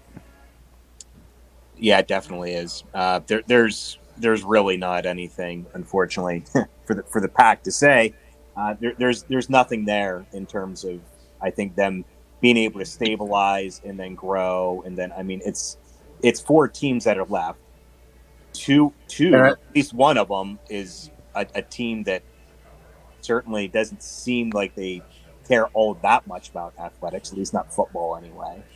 And I honestly think if the Big Ten doesn't get Stanford, I think Stanford's going to go independent. I really feel like that. Yeah, Cal and Stanford could go independent very easily. That would be real. Joining Notre Dame in the independent group, Cal and Stanford. And will they get a $75 million? Will they be put into the $75 million discussions that Notre Dame? Because I know that reportedly Notre Dame is trying to get NBC to pay $75 million for their season for their games. Just on the Big Ten. So maybe they can just get Stanford and Cal to come on in, and then it can all. We'll see what will happen, but. Hey man, they definitely have enough money going. If it happens, then we'll probably be independent for a while. Well, I kind of like Cal and Stanford going independent because the best thing is Cal and Stanford could go 11-1. They're not going to start complaining about getting into a playoff like another independent team I know. Oh man. On that note, it is football season coming up, and if you haven't shopped our Voice of College Football store, get yourself your merchandise. Mike Fort has. I have. Buckeye Mike is planning on it, and as you can see, these are the best-selling items. So we've got, the keychain is a very high-selling item. The swimming trunks is a high-selling item, which I think is great, and the apron for your grilling needs. So you've got all kinds of products here for your use. We also have team products, and we're adding more. So if you have a team that you want added, just email Joey Foster, and you can direct your inquiry to him, footballnewshour@gmail.com. But you've got that there. We also remind everybody to when you're doing your shopping on Amazon, which those of us do, some of us do from time to time. It only takes 2 seconds to share, to save Mark's Amazon link and then use it when you're doing your shopping. So we just ask you to do those couple of things. And of course, if you haven't hit the like button yet, what are you doing with your life? It's literally 2 seconds to hit the freaking like button. Can we just all agree to hit the like button? It's so hard. It takes minimal effort. I don't understand it. Well, you got to go. You got to run the gamut. It's like, subscribe, comment. You You hit the like, then you hit the subscribe, then you hit the bell, and you hit all notifications so that you get notified when we're going live. Hitting the like should be the first thing you do when you come into a video or YouTube. That should just come naturally. John, I give that ad read a 6 out of 10. Well, thanks, Buckeye Mike. I appreciate that. That's above average. So Just it's you all I gotta can have ask for. enthusiasm, man. Oh man. All right, y'all. So just in terms of obviously this news, Oregon and Washington joining, has been taking the last 5 or 6 days of our life, right? I guess the question will become with the Flex Protect Plus model and the schedule that we already saw for 2024. How is that going to interplay with Oregon and Washington? I mean, I can see USC and UCLA maybe Oregon, Washington slips in as another protected rival there. But yeah, it's going to be interesting to update the schedule yet again. They'll have to have another reveal show. We already did a reveal show, and we did a live stream with myself and then Tony Altimore. But then yeah, they'll have to do another one now for Oregon and Washington. What do you guys think about? It would be fun to go see ahead. Michigan and Washington. Like, they had some battles in the early '90s. It would be fun if they were rivals. I mean, it probably won't happen, but it would be fun if they played every year. Yeah, we've had a few Rose Bowls with them. That's true. We did have some battles back in the day. How about Michigan trying to get revenge on the Ducks because of 2007? Oh, come on. I'd be down. Nobody Man, cares about that game because of what happened the game before Oregon. Yeah. Exactly. But if you What go is back Michigan's record against Oregon? Isn't it like 4-3? Speaking of college football season being around the corner, I have that game in both games in my library, and I watch both quite often. I don't know. One I'm I'm sure looking you forward enjoy Oregon beating Michigan. I'm sure you enjoy that one. Oh yeah. The worst part about losing to Oregon was because they had Joey Harrington, who made, his claim to fame is going 0-16 with the Lions. Oh man, he was definitely better in college than he was in the pros. Him and Dan Orlovsky, man, that was quite a quarterback. He was a curse to the Lions for a while. Well, that was before Joey, right? That was after Joey, right? What was the guy's name? Oh wait, no. I thought for a second I thought it was Joey Harrington that did Joey that. was on the 01 team that probably should have played. Probably should have gotten blasted by Miami instead of Nebraska. What was the guy's name? What do you guys think of that? Friend of the program, Dependent Fanatic, is saying, I'm grilling burgers right now, so I need that apron. Thank you, Dependent Fanatic, who, by the way, that so many ties in with the Cheeseburger Gate, the merch store. There's so many ties in. Dependent. Dennis Dixon, we might have that to. was his name. Dennis Dixon. He was a Dixon. dog. Just make sure you're not being watched by the NCAA, Dependent. You'll be okay. I guess some Georgia fans should get the keychain, right?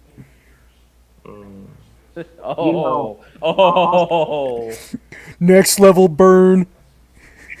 One that I'm looking forward to that I think is off the better put some bacon on it. You won't get in trouble. One I'm looking forward to in terms of matchup with the new teams coming in that maybe is flying a little under the radar.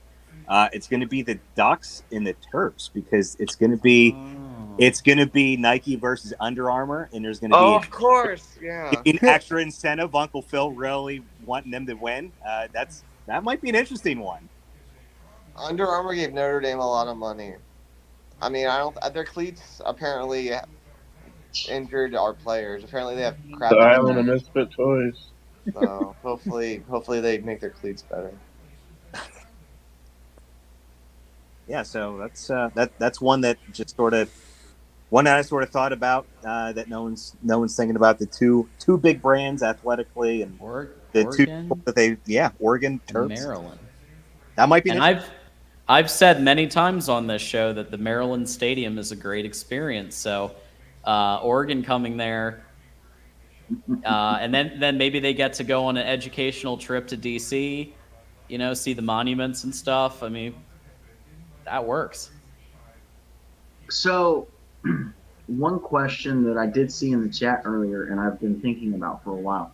You Okay. know, Oregon has, what is it, like 2 billion gazillion uniform combinations at this point? They have quite a few. With Yeah, it's the ridiculous.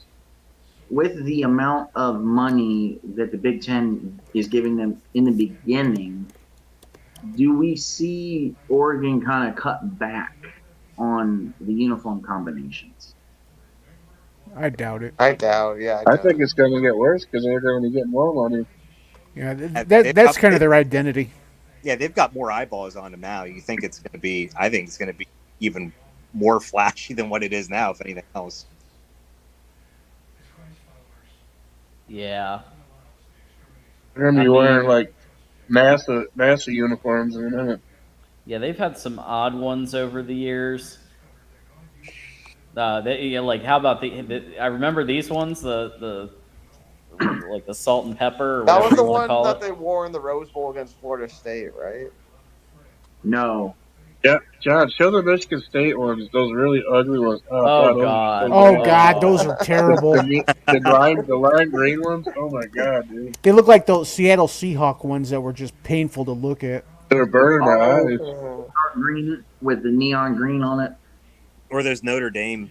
And Yeah, it's Northern like dark one. green and oh, right there. God damn it. There it is. The There it state is is. too big. The state is too Good big. Lord. So That's bad. My That is eyes. bad. you know, since we're talking about Make it uniforms, stop. make it stop. There Since we're talking about you uniforms, go.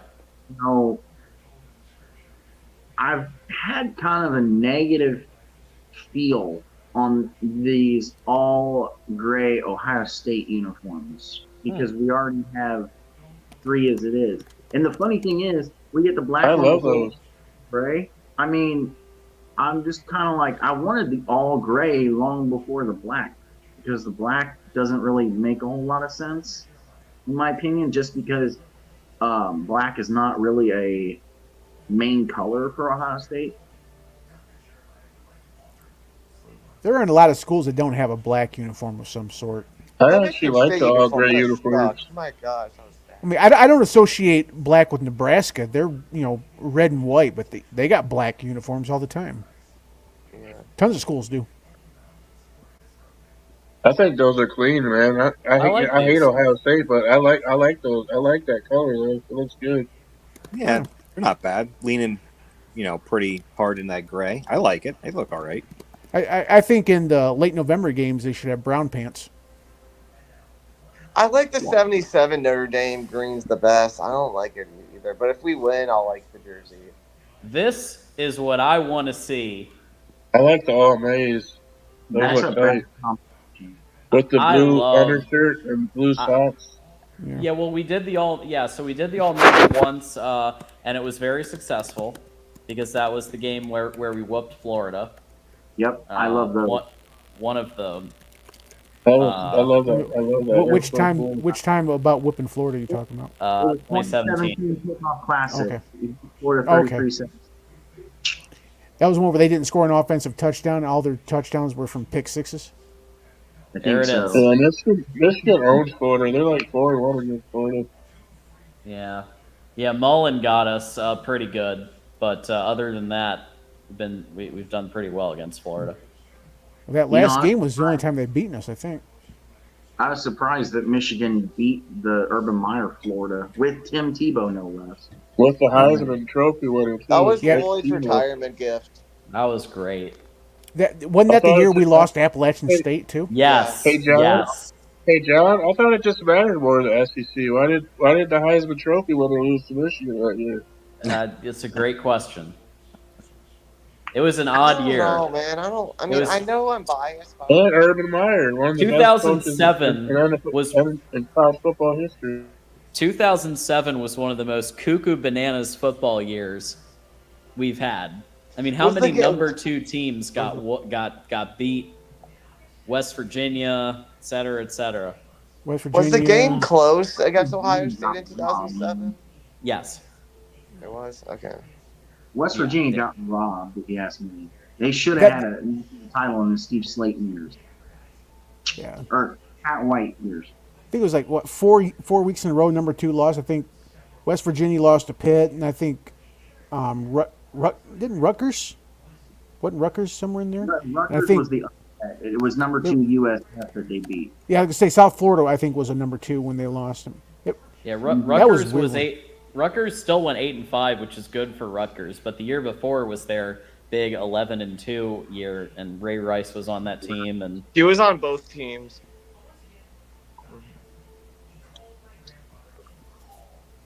yeah. Well, John, I was saying with the all maize. Remember that picture I showed you of the helmet? I think they should go all yellow with the blue wing helmet. That would look good with Okay. all maize. I think that would look pretty cool. I think. They should possibly get a lawsuit from Delaware. I mean, that's the thing. Wait, didn't Delaware copy Michigan? Didn't they copy us? Oh, the What Blue I'm saying Hens. is- Yeah, they copied us.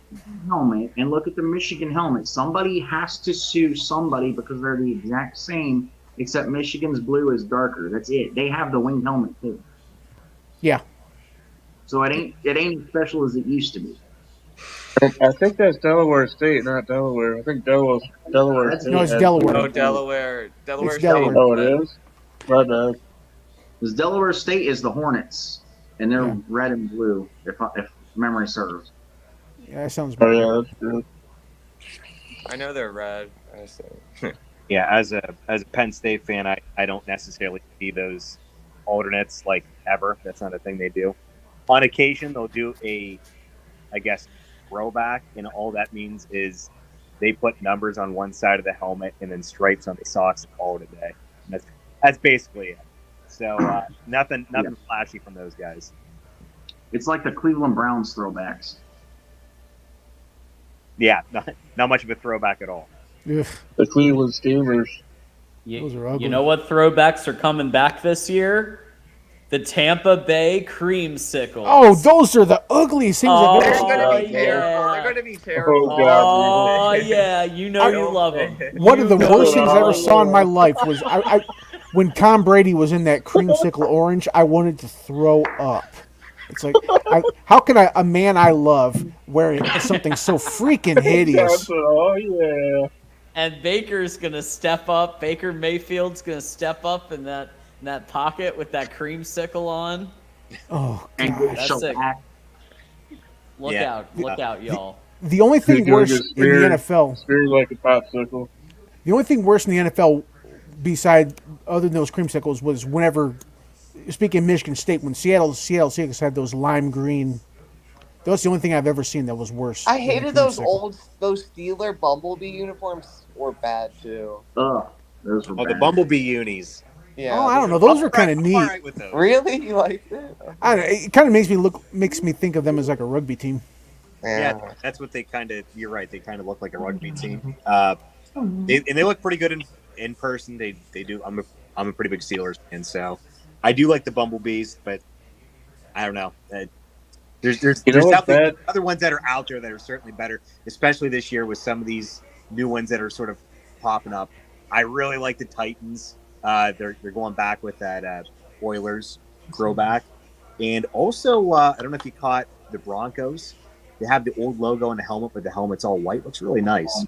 Of the Huh. old bond. You That might remember? be nice. You remember when Cleveland had they had the all orange uniforms? Oh my god! It's like, dude, you're the Browns. It's like you're the Browns. You're not the Cleveland Oranges, man. You're the Browns. That's why for color rush they went with the all brown. Everybody's like excited. You know that video. Everybody's like looking over, like, yeah, those things are pretty cool. You know. Oh God. Oh, I can't watch this. This is painful. I got rid of it. Well, it's All a right, real y'all. college football show.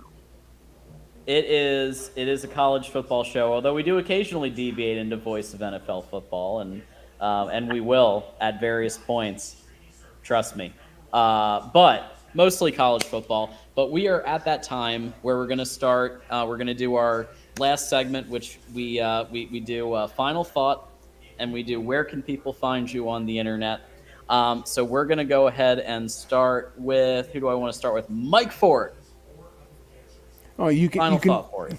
You can find me on my OnlyFans page. Better There you be go.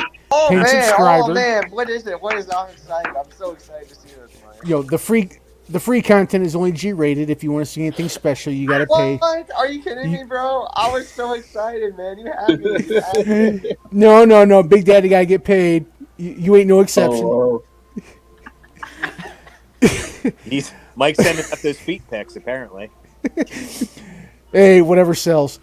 Yeah, like I say you can just find me around the voice. I don't have any social media, as you all know, but I just want to thank John for having me on the Ocho, and thank you all for chatting along with me, and everybody in the room. Thanks for hanging out, and go Blue, and have a good one. Thanks, Mike. All right, on to Will and D. Guys, I'm just so excited for football to start. Like, we're so close. I need it. I need it. Like in SpongeBob. So the first football I'll probably be watching is August 18th, which is like the first week of high school football. Notre Dame 2025 quarterback target Deuce Knight. I'm excited. His school, Lipscomb Academy, they're like number 14th in the USA Today poll, and they're going to be taking on IMG, who's like third. Wow. So that's probably going to be the first IMG. game. I know all about IMG. Yeah. That's JJ Yeah. McCarthy. Yeah, so that's probably going to be the first football game I'll watch, so I'm excited for that one. You can find me at Twitter, Marcus_Era, and Will ND on YouTube. I'm finally going to get my Wi-Fi fixed, so I can finally start doing videos. I want to interview one of the guys that I met from Washington State and have him talk about his thoughts on realignment, so I'm excited to just see what he has to say. We have so much content coming on all these different channels. It's like, you guys like your college football content, then you best follow Will ND and subscribe, because he's going to be putting out lots of good stuff, as are a lot of these channels that are out there. So you'll have plenty of content to check out for sure. Yeah, I'll be linking it in the chat once it comes out, so hopefully you guys can check it out. All right. Well, Will, as always, I really appreciate you taking your time and coming by here, and join the Big Ten. We'll see. We'll see. Well, one of these days, Will. All right. Thanks for stopping by, man. Of course. All right. Next up, we're gonna go to Argraw. Final thought, and where can people find you? Yeah. Obviously, I don't do Twitter or anything like that. Yeah. But one final thought, I think, is something that I brought up on the Iowa channel. I called it over there not too long ago. Something that I think sometimes people bring up with the idea of these mega conferences and things getting too big and too crowded, and it takes away from college football, and we're going in a bad spot with it. One of the things that gets brought up is the idea of regionality, and we're not going to have it, and things are going away. And I don't necessarily think that that's going to be the case. I think college football is going to be fine. I think regionality exists in one of two ways. One is if you have several small conferences, like we sort of had in the past. The other being if you have large conferences, so large that you have to break them up into small divisions, into pods, whatever it might be. For example, if the Big Ten went to 24 teams, you're going to have a couple divisions. I mean, it's not going to be split down the middle like it was before. You're going to have 4 divisions. Maybe you're going to have, 6 divisions, whatever that might look like. If that's the case, most likely you're probably going to be lumping those teams in at least somewhat with geography, which means that you are going to keep the idea of regionality together, at least to a degree, to some point. For example, like those PAC schools, there's 4 of them. Let's say we go into 4 pods of 4. They're going to be out there with each other like they were in the past. You're going to have that West Coast. They're still going to be playing each other. You're still going to see that regionality. And I don't think that that's going to completely ruin the landscape of college football. I think you're still going to see that. So when people are hitting the panic button over realignment, and they're hitting the panic button over the idea of college football just being so much different. I don't think that's going to be the case. I think college football is going to be okay. So I guess that's we'll end it on a white pill today. College football's going to be okay. We can all breathe. All right, Argraw. Well, thanks again for coming on the panel. Yep, thanks a lot. All right, bye-bye. All right, let's go to Michigan man Jason. You're up next. Yeah. So I don't have a lot to say for my final, but you can catch me on Twitter. If you guys want to add me on there, that's fine. I'll add you. Other than that, 26 days away, man. I'm so excited. I can't wait. I'm tired of talking about it. I want to see some football, man. We're getting I know close. we got to do our I know we do our shows and everything, and we do our content and everything, but it's just a way of helping us cope until the season starts. So, but man, Jason, 26 you and I days were away, watching Jason, you and I were watching the Hall of Fame game. That's how much we won in football. Is we were watching fourth stringers and to be fair, DTR really did a great job in that game. I gotta say, he looked really good. I wasn't like overly shocked, but I was a little shocked because it's his first year. Well, other than that, thank you guys for having me on tonight, and thank you everybody for being here tonight. And go blue! Go blue! Good to see you as always, Jason. All right, and finally, Buckeye Mike, who is going to be hosting with me very, very soon. The 30-minute war, where we're going to be coming at the weekly games and from both the Michigan angle and the Ohio State angle. So it should be really fun. What's your final thought, and where can people find you? Well, as far as thoughts go, I'm right there with Jason. We're 26 days away. The countdown has begun. It's been happening for a while. Definitely excited. Not so much for week 0, but it is what it is. It's football. All much. Where can people find me? You can find me on Twitter at TylerLeedy4. And quick note, we're going to have a mailbag segment to end the show. So feel free to DM John or myself your questions. We will take your questions and answer your questions. We will answer at least one question a week. And if you have outside of the Big Ten questions or outside of Ohio State, Michigan questions, shoot them my way, because I will be starting to close every video with a mailbag. So, yeah. Oh, and I am at 137 subscribers on YouTube, and I would like to hit 150 before the season starts. So please feel free to go over there and subscribe, because we are cranking out the channel or the content. Everyone, give Buckeye Mike a sub. And we're going to be doing a really good show over there, and it should be awesome. And yeah, I will say for week 0, I think we're all excited to see UMass take on New Mexico State on ESPN primetime. I think how many of us? I mean, the UMass will never get so many eyeballs than that game. I gotta say. Oh yeah. All right, Buckeye Mike. Well, we'll see you soon. Okay. Thanks for coming on the panel. Yep. Have a good one. All right. You too. Okay. And I decided I would wrap a little early. The Olive Garden's hitting me. And so I'm going to be in nap mode soon. But I do want to go one final round on all of the things that you can do to support the voice of college football.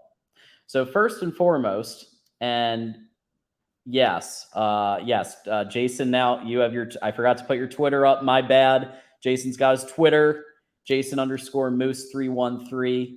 Support him. We do have one final super chat. So let's go to that right now. Looks like a Notre Dame fan, Domer Wop. Thank you for your $10 contribution. Winged helmet was a standard design by Spalding. MSU and OSU actually wore it before Michigan, and it didn't arrive at Michigan until Chrysler bought it from Princeton. But Buckeye Mike knew that. Okay. Well, the more you know. We get our history here at the Voice of College Football. So thank you for contributing your $10. It's very helpful. Goes towards all of the wonderful things that the channel that we do on the channel. So remember, like, subscribe, tell a friend. Like, subscribe, tell a friend. If you like the content, literally, it's free. Some of the other things we ask you to do might cost a little money, but this is free. And if you appreciate what we do, and not just me, but like obviously Mark Rogers, Voice of College Football, bringing on all of the talent that he does, the guests that he does, the least we can all do is hit the like button. That's the least we can all do. Hit the subscribe, hit the notifications, hit the bell, so that we can get that going. Remember, Amazon link in every description section. When you're doing your shopping on Amazon, which we all do from time to time, just hit that link. It takes 2 seconds to do it. And then you have your same shopping experience, but now Mark Rogers gets a couple of bucks. And what's wrong with that? Nothing. Then we've got the Voice of College Football merch store, a tremendous array of products that you can get for your whole family, friends. Remember, football season is coming. So it's all great stuff, and we recommend everybody get their stuff before football season. If your business, product, service, or personal brand, if you want to promote any of that to 90,000 enthusiastic college football fans all over our network, well, what we're going to ask you to do is contact MarkRogersTV at gmail.com to see how Voice of College Football can benefit you. How's that, Buckeye Mike, for energy? Okay. So let's see what else we've got. Oh, yes. On Wednesday's show, I am going to have Dennis Fithian. That'll be my next show, Wednesday at 5 p.m. Eastern, Michigan Wolverines live. But coming up at 11 p.m. Eastern, 8 p.m. Pacific, Mark Rogers and the Voice of College Football and Matt Zemek are going to be talking USC Trojans. So I highly recommend, if you haven't gone on to that show, I strongly recommend you go on. It's a great show, and great for learning about what's going on. I'll put it right here.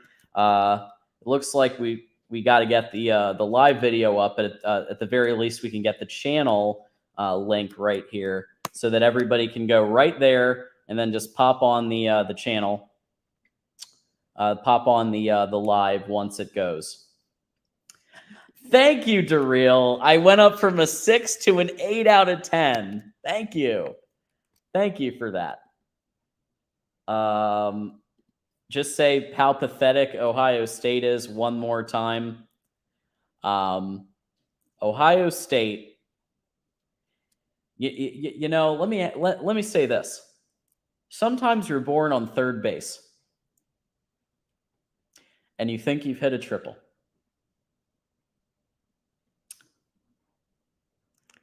And we're going to leave it there, and we're going to move on with humble hearts, as Jim Harbaugh said. No, I feel very confident about Michigan, but I also think Ohio State will be dangerous because they always are. I don't care what people are saying. They have two of the best wide receivers in college football. They have a great D-line, JTT, ferocious running backs. Obviously, Cade Stover is an incredible tight end, and whoever they have at quarterback is going to be fine. The O-line is going to be a question, but they're dangerous. So we got to be a little careful there. But you know, I do think Michigan will be in a great position. So join me in about an hour and change for USC Trojans Live.